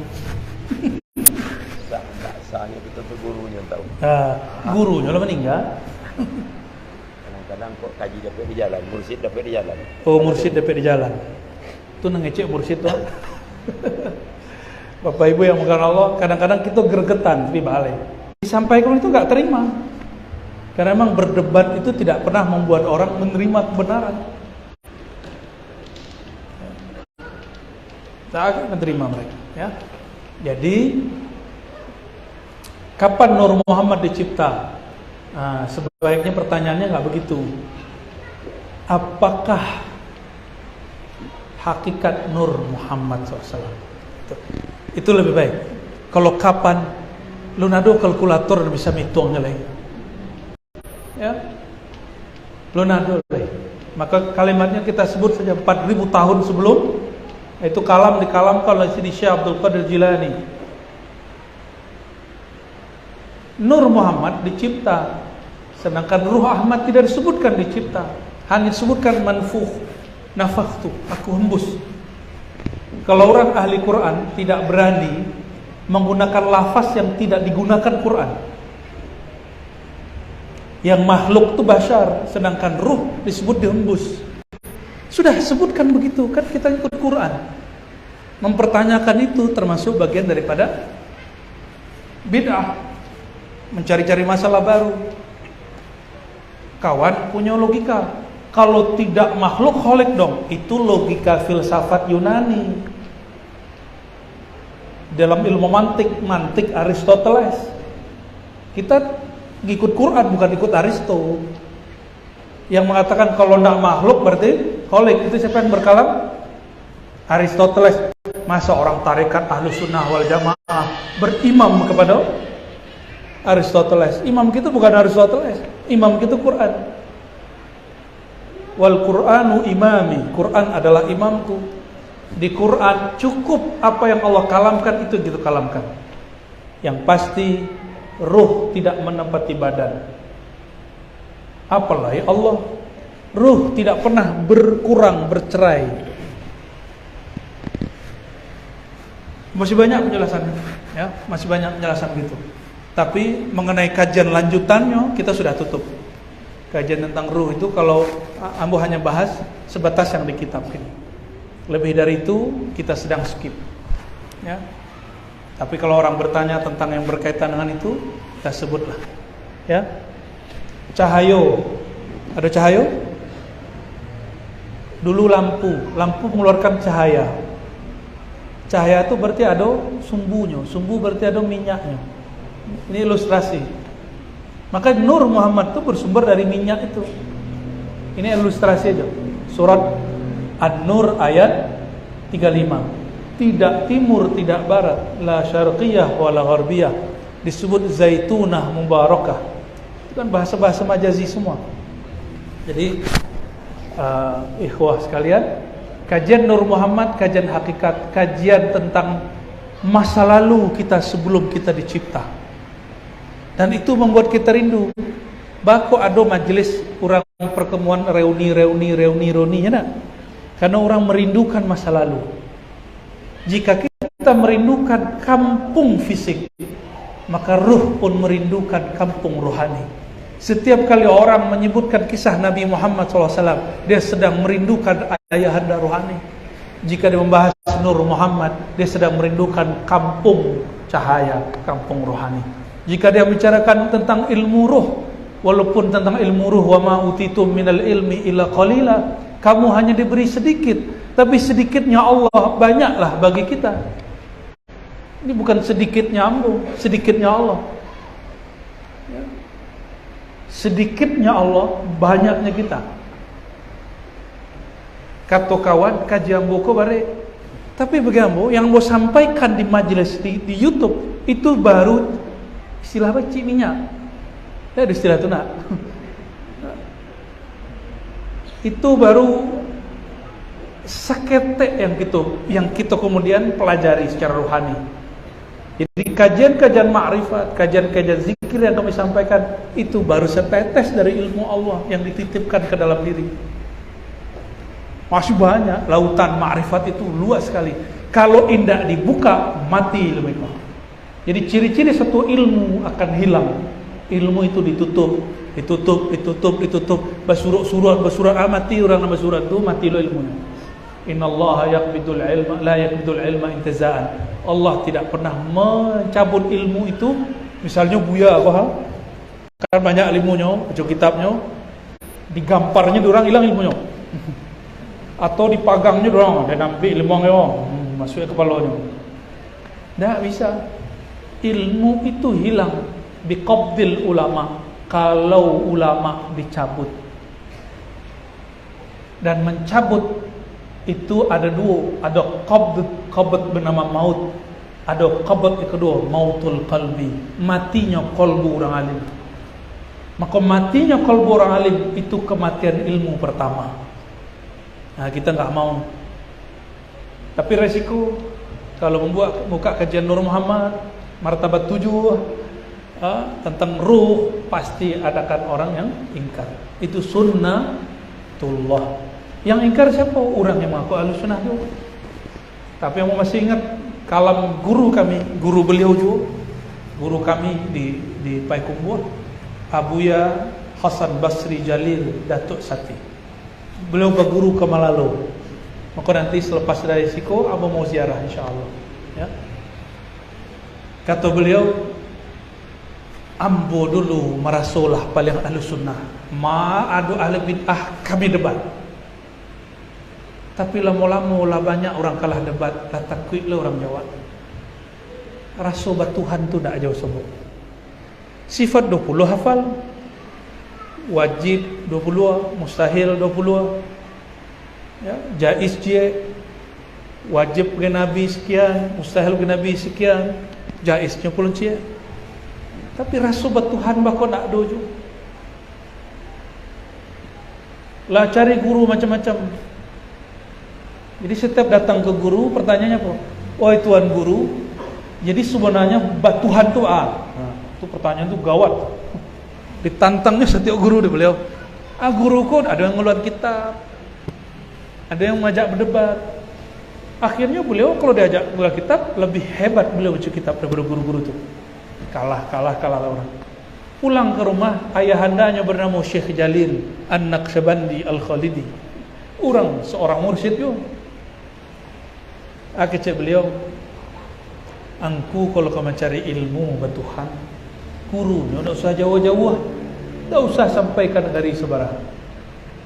Di ujung simpang, di atas simpang Utampa dan Tanyuh, di situ ada seorang syekh namanya Syekh Muhammad Kanis. Orang kau dulu sepeguruan Syekh Jalil ayahanda Syekh Hasan Basri, sepeguruan dia Syekh Muhammad Kanis. Ambillah ilmu dari beliau, engkau akan tahu rasa Tuhan. Ngaji di situ, sobo, apa yang diajarkannya? Diajarkannya teknik merasakan nama Allah dalam kalbu, namanya talqin zikir.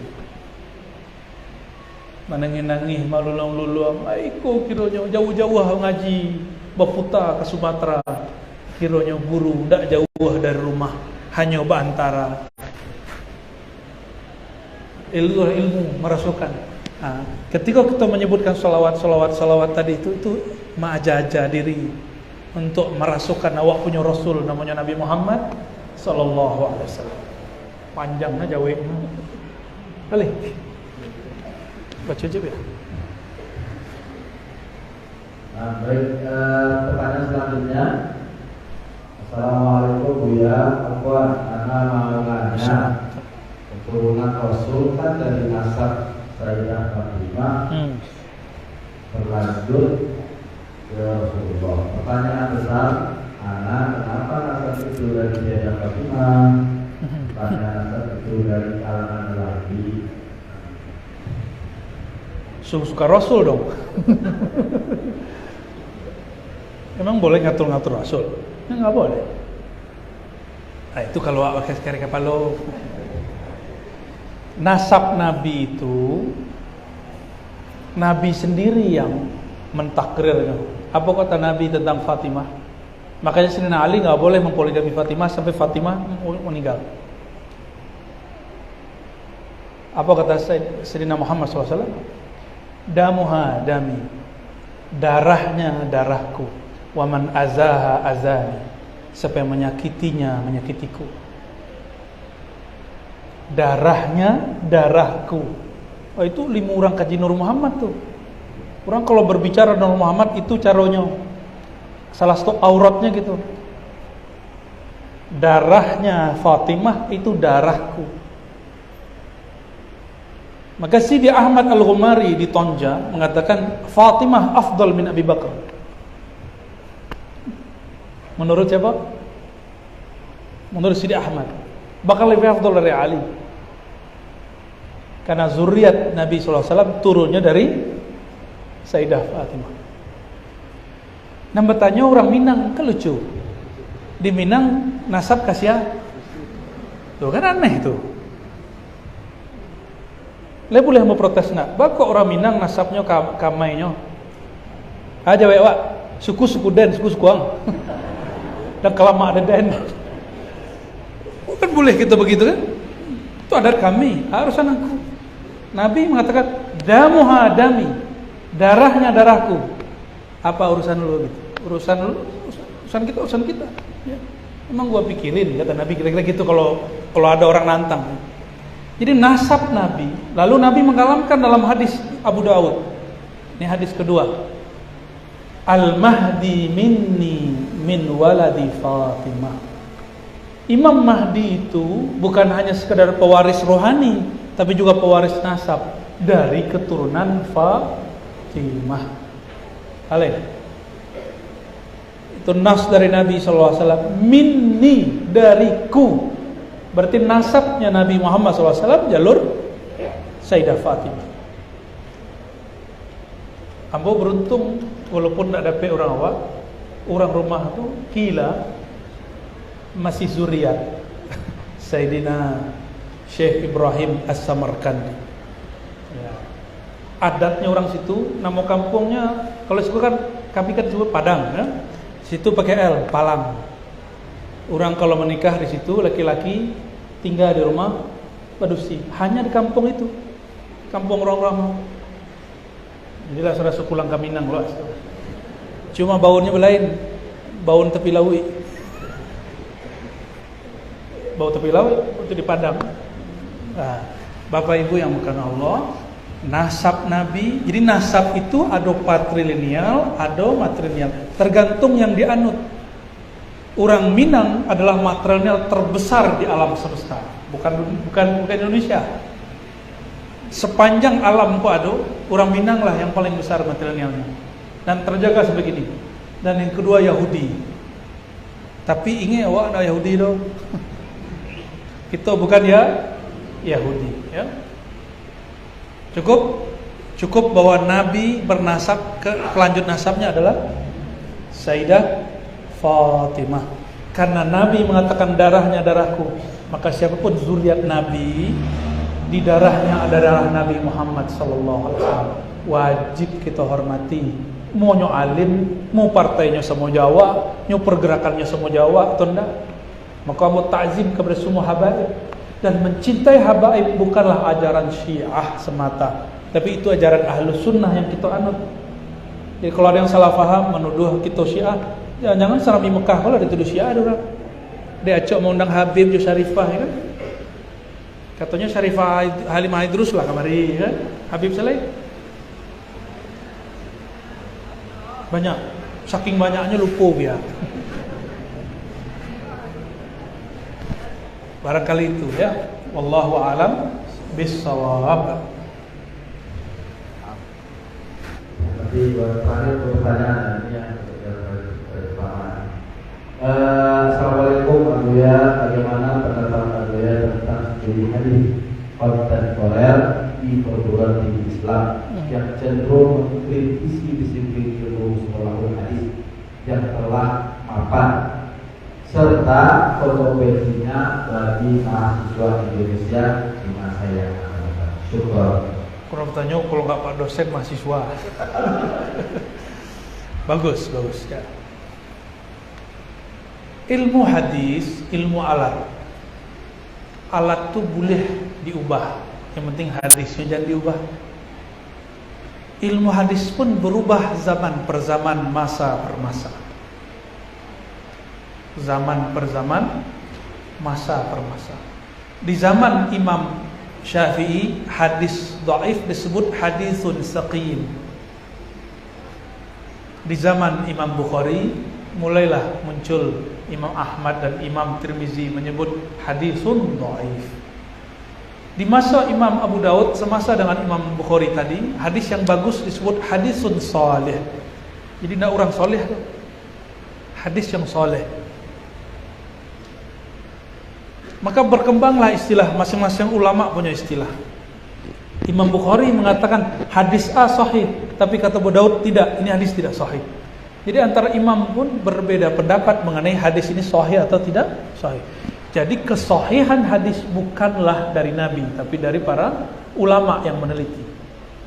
Barulah kemudian muncul Imam Abu Nu'aim, Imam Al-Hakim, dan dikumpulkanlah perdebatan itu semua oleh imam namanya Ibnu Salah. Ibnu Salah inyo maja yang inyo kalamkan tuh ditulis oleh muridnya. Jadilah itu namanya Muqaddimah Ibnu Salah. Buku itu dipakai, tapi kitab beliau pun masih dikritisi. Jadi buku itu semakin banyak yang memujinya, semakin banyak yang mengkritisinya, semakin populer itu buku. Dan buku Ibnu Salah adalah buku yang paling banyak dipuji dan dikritisi. Sampai kini ada namanya Baikuni. Anak-anak di sekolah baca Baikuni, Matan Baikuni. Matan Baikuni itu diringkas dari matan teksnya Ibnu Salah. Ada perubahan. Jadi kalau kini di dunia kampus ada perubahan perkembangan hadis, itu sesuatu yang mesti terjadi. Tidak boleh tidak terjadi. Oleh karenanya juga, kalau ada orang mengkritisi Bukhari, orang yang mengkritisi Bukhari boleh kita kritisi juga. Salah satu yang berani mengkritisi Bukhari, salah satunya namanya Albani itu. Sahih Bukhari sahih enggak? Sahih. Albani mengatakan ada 2 hadis yang tidak sahih di dalamnya, bahkan lebih. Tuh, orang yang Mungkin sebagian orang mengira Albani lebih alim dari Bukhari, ya salam. Ya. Ada lebih dari 30 hadis di Sahih Muslim dianggap dhaif sama Albani. Jika dia boleh kritik Albani, boleh kritik Bukhari, apalagi kita. Ya. Silakan ada yang mau kritisi Sahih Bukhari, nanti siap-siap antum mungkin dikritisi, masih mending dikritisi. Yang parahnya tidak dihiraukan sama sekali. Banyak kawan-kawan ambo yang doktor-doktor tuh banyak mengkritisi Sahih Bukhari. La yultafat ilaih, tidak satupun orang melirik bukunya, tidak tertarik orang-orang. Ya, jadi ilmu hadis berkembang dan di negeri kita ini dulu ada seorang syekh namanya Syekh Muhammad Yasin Al-Fadani, orang kayu tanam, Piaman, kakek dari Siko. Beliau dan ayahnya dan pamannya itu hijrah ke Mekah, lahir di Mekah. Jadi ayahnya menikah di Mekah, mungkin bawa istrinya ke Mekah, walau alam. Lahirlah anak namanya Muhammad Yasin. Syekh Muhammad Yasin itu punya guru lebih dari 1000. Kira-kira meriwayatkan lebih dari 60 thariqah.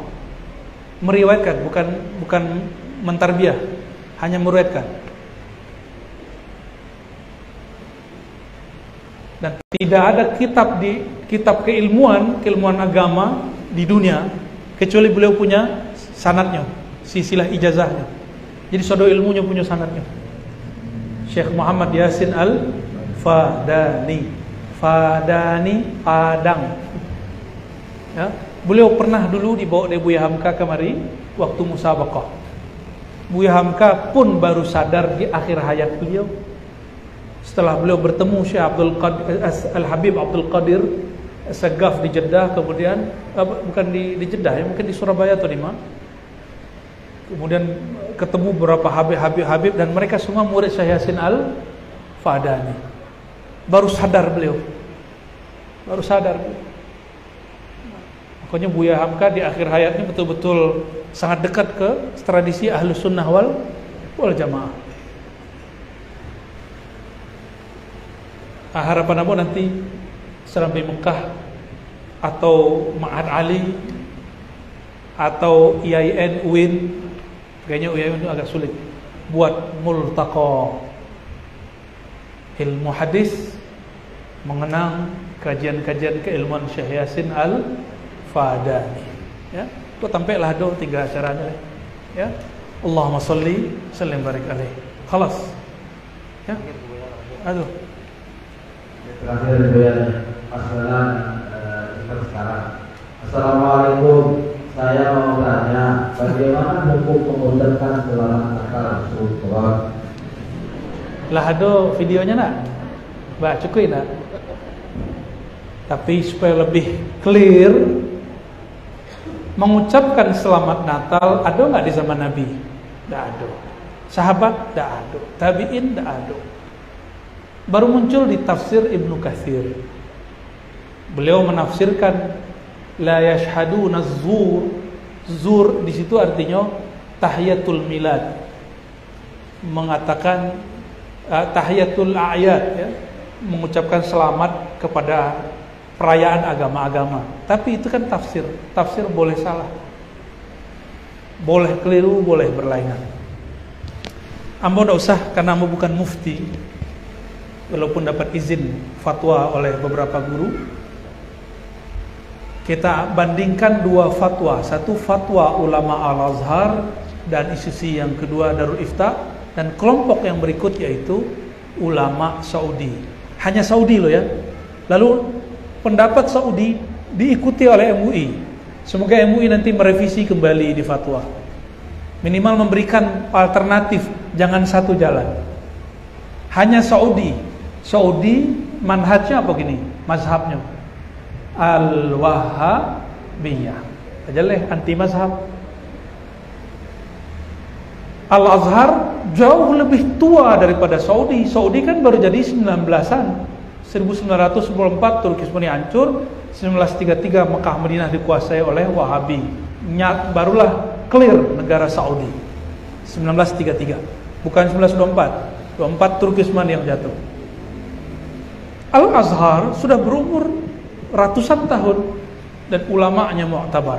Dulu Syekh Nawawi Al-Bantani pun kena situ, Abdul Karim Amrullah ayah Buya Hamka dan beberapa tokoh di sini dan juga Buya Hamka pernah dapat doktor dari Al-Azhar.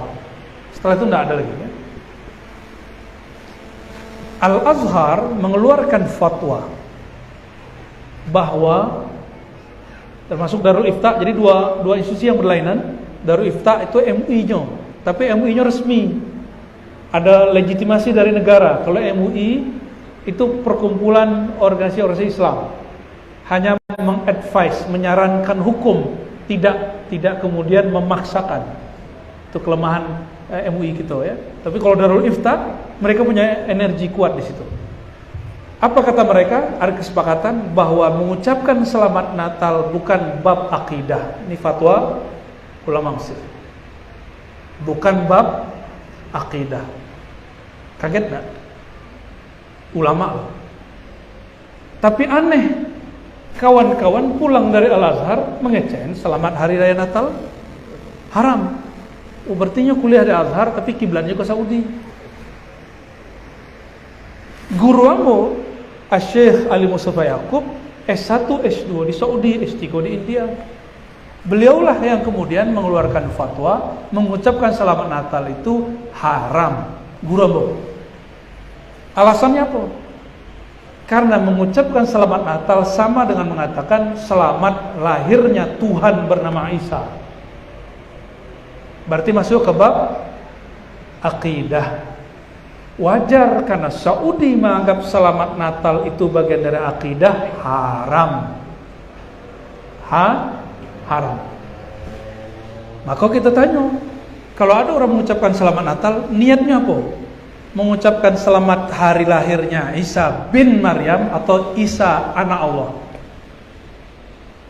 Kalau bin Maryam, dia tidak musyrik, tidak juga kafir, tidak juga haram. Tapi kalau Ibnullah, dia musyrik, dia kafir, ulang syahadat. Paham di situ?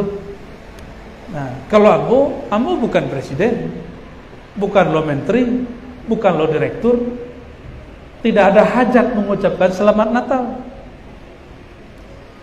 Di Mesir tanya ke Tamatan Azhar, itu Syekhul Azhar datang ke gereja mengucapkan selamat Natal. Itu Syekhul Azhar ahli akidah, paling faham akidah Ahlus Sunnah. Syekhul Azhar salah satunya, Syekh Ahmad Thayyib datang. Syekh-syekh sebelumnya datang, tidak ada masalah. Dari generasi. Kecek kawan, Kristen sana beda di sini. Yang beda cuma tanggalnya, keyakinannya kan sama. Kalau di Mesir itu kan tanggal 6 atau tanggal 7 gitu. Jadi Kristen sana bukan tanggal 25. Tapi kan aneh. Masehi itu kan kelahiran Nabi Isa. Seharusnya tanggal 1 dong. Tapi sudah urusan mereka lah. Kita nggak mau ngurusin agama orang. Lakum dinukum waliyadin. Kita di agama kita saya baca kak. Saya baca kak lo aja orang Kristen. Tidak usah. Jadi bagi para umat Islam, jangan mengerdilkan otakmu yang besar itu. Ya, otak kita terlalu besar untuk hanya menerima satu fatwa. Dan perlu ditegaskan bahwa fatwa ciptaan makhluk bukan dari Nabi, tapi dari ulama. Boleh salah, boleh berubah, boleh diperbaiki. Jadi kalau orang berbeda dalam fatwa, jangan seperti kawan kita, dicetaknya kadang-kadang spanduk menganut 3 agama sekaligus. Kalau ingin melarang orang untuk tahun baru, lakukan seperti Buya. Santri baru boleh pulang tanggal 2. Tanpa perlu berkalam aneh-aneh. Kecek kawan, pakai trompet mirip dengan apa? Yahudi. Pakai apa? Kembang api mirip dengan Majusi. Jadi yang main kembang api, main lilin, itu kalian lah jadi Majusi itu. Apa lagi? Islam jelek. Nah, jadi kecek kawan itu ilmu yang tinggi tapi didapat dalam WhatsApp. dicetak jadi kawan. Padahal ilmu akidah itu tidak dapat lewat WhatsApp. Tapi semangat beragama tinggi, inilah bahaya. Giroh tinggi, ilmu kurang tinggi. Akhirnya semangat mengalahi kewarasan. Dikirimlah, dibuatlah spanduk-spanduk. Lucu itu, lucu. Bagian lucu. Mau kalau lihat, ya Allah. Padahal cadie, utaknya keceknya cadie. Kalau ingin melarang orang, buat acara alternatif. Di Prancis, di Jerman, orang itu mengadakan tahun baru. Itu bukan memperingati Nabi Isa. Merry Christmas itu mereka cuma tradisi, bentuk tradisi.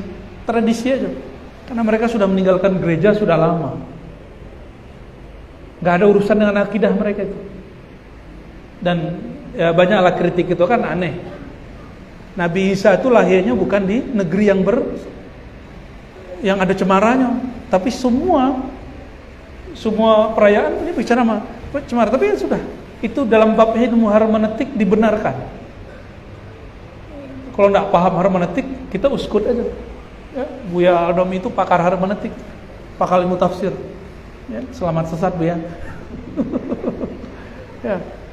Jadi kawan-kawan, sahabat-sahabat semua, kalau kita tidak ada hajat, kita tidak perlu mengucapkan selamat Natal. Ya. Buya Hamka kata anaknya Arifin itu mengucapkan selamat, tapi tidak menyebut selamat Natal. Cuma mengucapkan selamat. Ya. Saya pun juga tidak mengucapkan selamat Natal. Gak ada masalah. Tapi kalau antum imam besar Istiqlal, itu agak berat tuh. Karena di Istiqlal itu ada lorong khusus antara Istiqlal dan katedral. Ya, mereka kalau udah begini telepon-teleponan, ya, agak berat. Bakal jadi imam besar Istiqlal ya. Buat alam sajik surang agih namo Istiqlal. Allahumma salli wa sallim barik ala Sayyidina Muhammad. Insyaallah lain waktu kita buat daurah-daurah kitab kalian. Insyaallah. Ini pun datangnya kita diam-diam karena memang niatnya mau ziarah sebenarnya. Dan alhamdulillah kiranya saudara kita banyak, bertambahlah saudara di Serambi Mekah ya. Terima kasih sudah menyambut kami. Setelah ini mohon izin, mohon pamit untuk ziarah ke para masyayikh ya. Semoga Islam kembali bangkit di tanah Minang. Allah